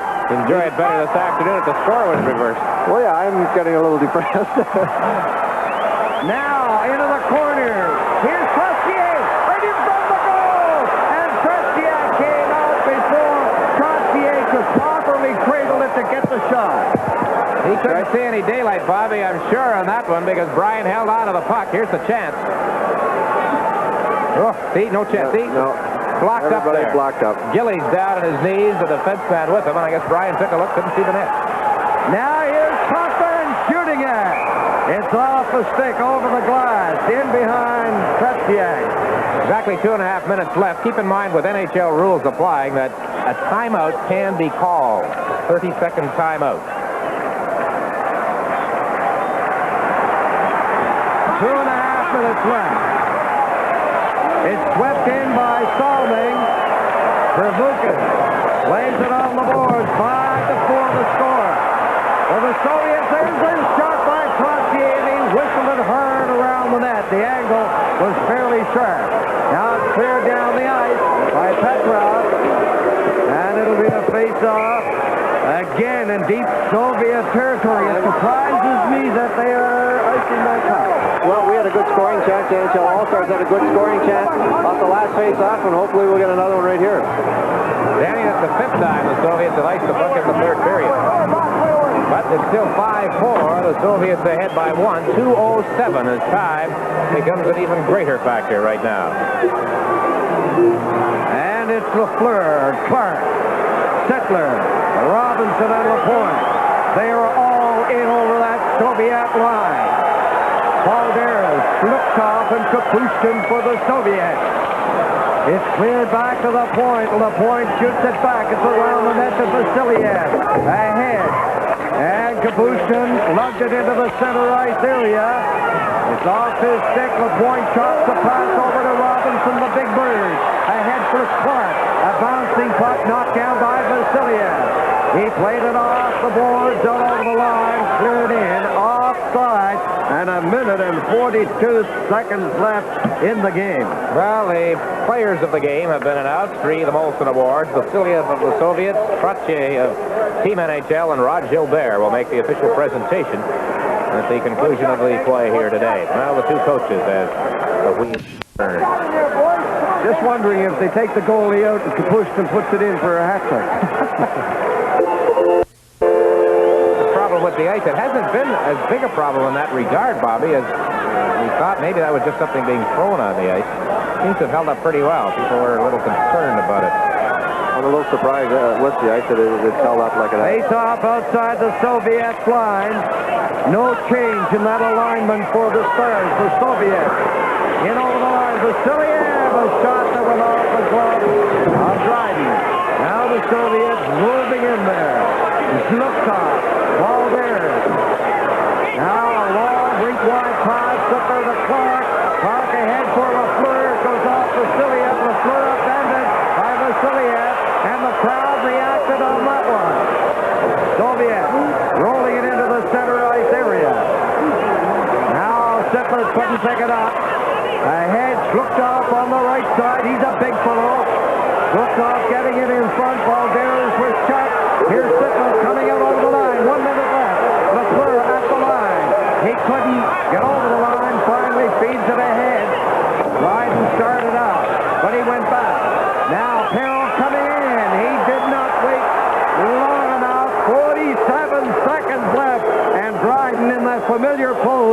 is 15 feet in front of the net.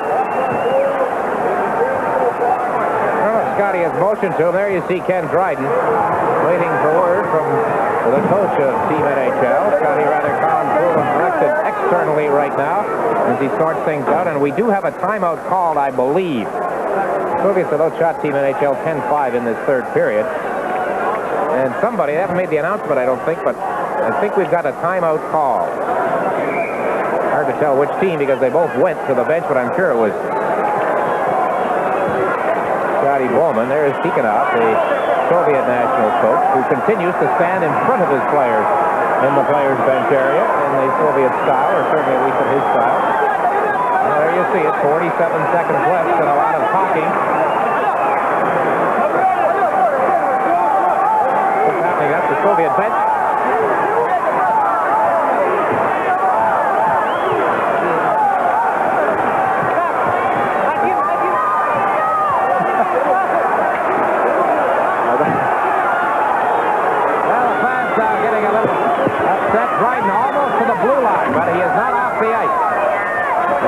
Puck into the Soviet zone.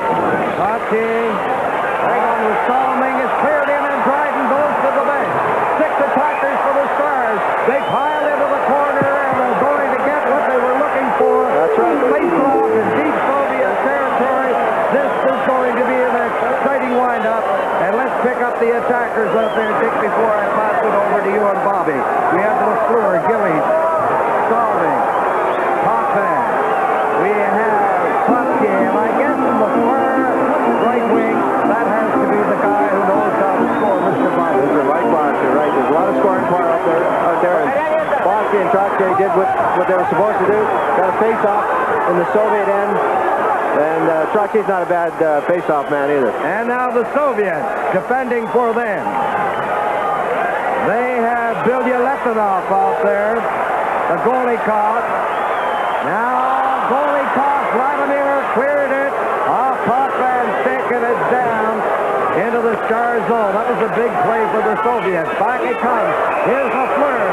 And he couldn't get anywhere against Bilyaletdinov, and it was cleared over the boards outside the Soviet line, and we're down to 26 seconds. There's a two-line pass on the outside. Listen to the Soviet bench.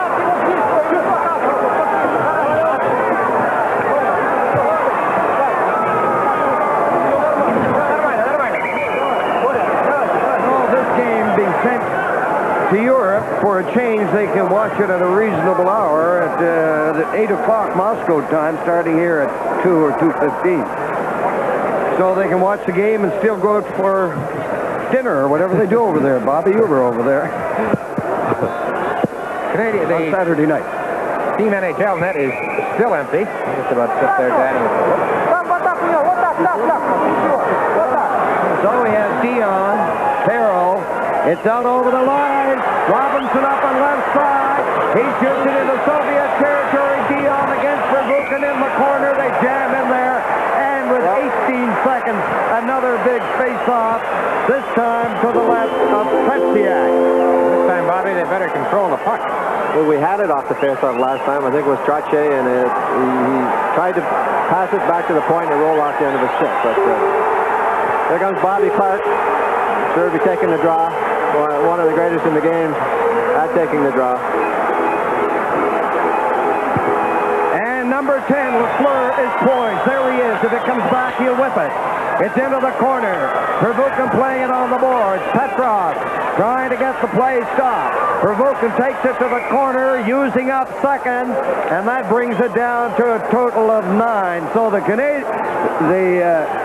Stars are getting the opportunities with these face-offs in Soviet territory, but the Soviets are not giving them an opportunity to get any good shots. Dion taking over from Salming on the right side. From the face-off, here's LaFleur, takes a shot off the board, Puffman, there's the shot, blocked by Tretiak. It's sent in a scramble in front, clear down the ice, wide, and the game is over. A great comeback by the Soviets, and on the play of the day, you'd have to say the Soviets were a better hockey club. Well, the shots ended up 31-16, and they definitely outplayed the All-Stars today, but I'm sure the Stars will do a lot of thinking tonight, and tomorrow night it'll be a little different story. Well, there is Tretiak, who got off to the very shaky start, but he was not tested all that severely throughout the game, especially in the latter stages. The shots on goal in the final period, 14-6 in favor of the Soviets, 31-15 overall. And when you hold Team NHL to 15 shots, you have played some hockey game, and that's exactly what the Soviet national team has done here in New York this afternoon. As the players from both teams on what some of the Soviet commentators have referred to as a friendly series, it's a little more than that, I am sure. The refereeing, let's establish this, was not a factor in today's game. I thought he called a great game. The play of the Soviets was a factor. So it's 5-4. It all boils down to tomorrow night. Live from New York, this is the Challenge Cup.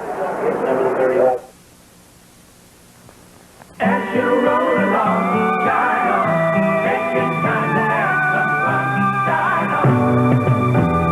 This is your kind of country, it's your kind of life, shine, shine on.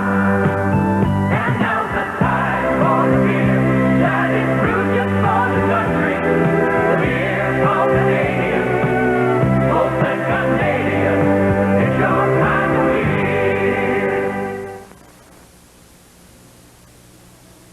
Make it happy times and smiling faces, holding hands in favorite places. Make it Buick. After all, life is to enjoy. The new 1979 Buick Regal. Good looking, smooth riding, Buick comfortable, luxurious.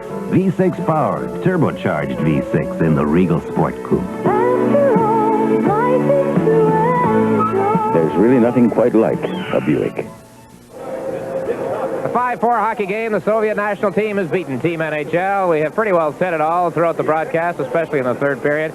But, Bobby, we know there are fine hockey players with a fine system, and we saw them at their best this afternoon. Played very, very well, Dick. The Canadians, or the All-Stars, started off a little slow, and the Soviets were flying, but I would have to think that tomorrow night will be a different story. But the Soviets played a heck of a game. We can't take anything from them. You know, it was 4-2 for Team NHL at one point, but really that didn't indicate the play. And Tretiak was not sharp, and the NHL had taken advantage of it, but they couldn't take full advantage. Well, I didn't think Tretiak could have been faulted on any of the goals, but then I feel that if we could have got some shots on him, or more shots, we ended up with 16 for the game. If we could have got more shots, I think we might have filled the net. But the Soviets, they were flying today, and we were a little flat, and that's the way it goes. You stop getting up for every game. The mental part of the game, I feel, is the toughest thing, and the guys just weren't prepared tonight, but I'm sure they'll be prepared tomorrow. Bobby, the fact that Denny Potvin and Guy Lapointe were in the lineup, they had not played for quite a while, both of them injured. Do you think that made any kind of a difference? What do you think of their play? Oh, no, I don't think putting a couple of guys in or taking a couple of guys out made any difference. It's just that the team, we weren't prepared tonight, and tomorrow I'm sure will be a different story, and Guy Lapointe hasn't skated in a while, and, you know, he's got to get a feel of things again, and I'm sure he'll be flying tomorrow night, as will Dennis Potvin. Oh, I'm going right down to it tomorrow. Isn't that 72 all over again? It's going to be a tough night. I'm up here trying not to be a fan, and it's tough. Bobby is a fan. Let's go downstairs now to the Molson Trophy presentation. Valerie, congratulations. Ça me fait réellement plaisir de te présenter ce bel honneur pour ton jeu défensif. Good luck. This award is because you played such a tremendous game offensively, and good luck for tomorrow, and keep going. You're strong. You were a threat all night. We'll need it. So there you have it. Rod Gilbert, the former New York Ranger great, presenting the awards, the Challenge Cup awards, the Molson trophies to the two outstanding players, Vasiliev and young Brian Trottier of Team NHL. So the Soviets win it. The series is all tied up, 5-4. Final score today from Madison Square Garden.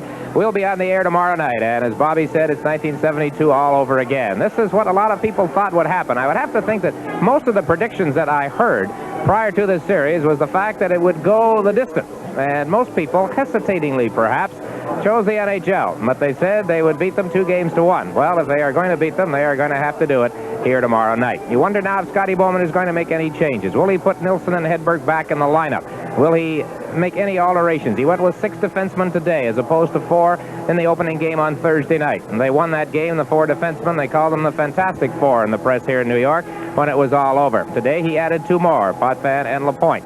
So what will he do tomorrow night? Will he stick to the defensive type of play that Bowman likes to play, the kind that won the Stanley Cup for the Montreal Canadiens the past 3 years? Or will he throw people like Nilsson and Hedberg at the Soviets, look for some fresh legs, and try to pour the offense on? Time will tell. Anyway, full credit to the Soviets today. They were clear-cut winners. 5-4 was the final score. And now down to Dave Hodge in our studio. Howie Meeker, we learn something new every time we see the Soviets, and I think the one thing that we found in this series is that players that we hadn't heard too much about, such as the Golikov brothers, are every bit as good as the supposed stars. Certainly, the Golikovs have been far better than Helmut Balderas, who was the player that we were watching, and it's Vladimir Golikov who scores the winning goal in the third period. A great play as it developed out of the Soviet end, a 2-on-1 break, and it took a rebound to put the Soviets in front. Well, let's Team Canada, Team NHL throw it in here and just watch the Soviet defenseman retrieve it. Now, the top of your screen, he just shovels it to the winger along the boards, who throws a pass that, ooh, you should never make. But when they work, look at this. He just takes the puck and throws it right by the NHL player, right on the Golikov stick, and now it's 2-on-1. They try to beat you this way. The second they get the puck, they go on offense no matter where it is, deep in their own zone. That's just as good as anywhere in the rink. Sometimes it hurts you, but they get so many 2-on-1 or fellas home free. Incidentally, that was the only effort that they'd been able to catch Team NHL sleeping. Well, the NHL club really didn't have a scoring chance after Larry Robinson made it 4-2, and I think the real concern for Scotty Bowman will be that if they play this way again tomorrow night, they're not going to get 4 goals. They were fortunate to be ahead at all, probably, and certainly to have 4 behind Tretiak, but after that, really not a good chance to beat him. Dave, they've done everything, made all the adjustments, all the refinements they had to do to play the game as well as Canadians. They shot the puck in, first man took the man, second man went for the puck, they flooded the zones. The one key move they had to make is free one defenseman, 1 point man, to come back into their end and help control the play, and this is what they did. The second that they went ahead 5-4, instead of 2 point men out there giving our offense all kinds of room to maneuver, they took it away from us. They come back in. I don't know. They play it pretty smart. Did you notice almost no shots from the point by the NHL? You have Robinson, and Potvin was in the lineup today, and Guy Lapointe, people who can become an offensive threat if given the opportunity, but there weren't any shots from the point, and certainly none that were getting to Tretiak. Well, I think Scotty Bowman had said, hey, fellas, no sense throwing it to the point. The point men stay on the blue line because you're going to draw 2 Soviet checkers out. That gives 3-on-3. We stand a chance of getting something, so they're not playing the point. Now they have an opportunity to pass it right through the center to the far point man because they're flooding again on defense the side where the puck is. And I think you'll see tomorrow that we'll dump some from the corners out to that freed person. We're going to see a great game tomorrow is what we're going to see. It's, I think, what everybody expected. A very close series and one that would not be decided until Sunday night.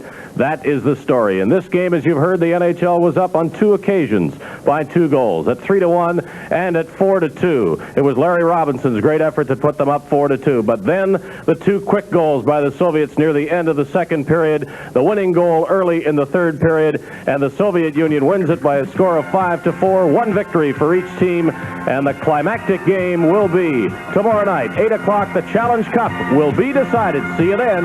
So long from New York. Game 2 of the Series of the Century has been brought to you by your Chevrolet Oldsmobile and Chevrolet truck dealers. And by your Pontiac Buick GMC truck dealers across Canada. And by Molson, Canada's name in beer since 1786.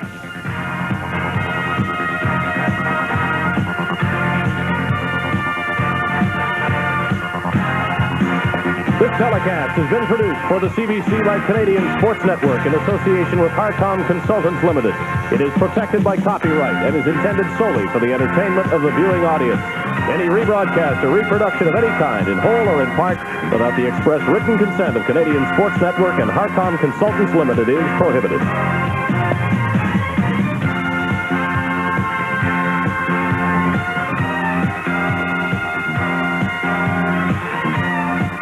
The Challenge Cup will be decided tomorrow night, starting time 8 o'clock. The NHL All-Stars versus the Soviet Union. Be with us from New York. This is CBC.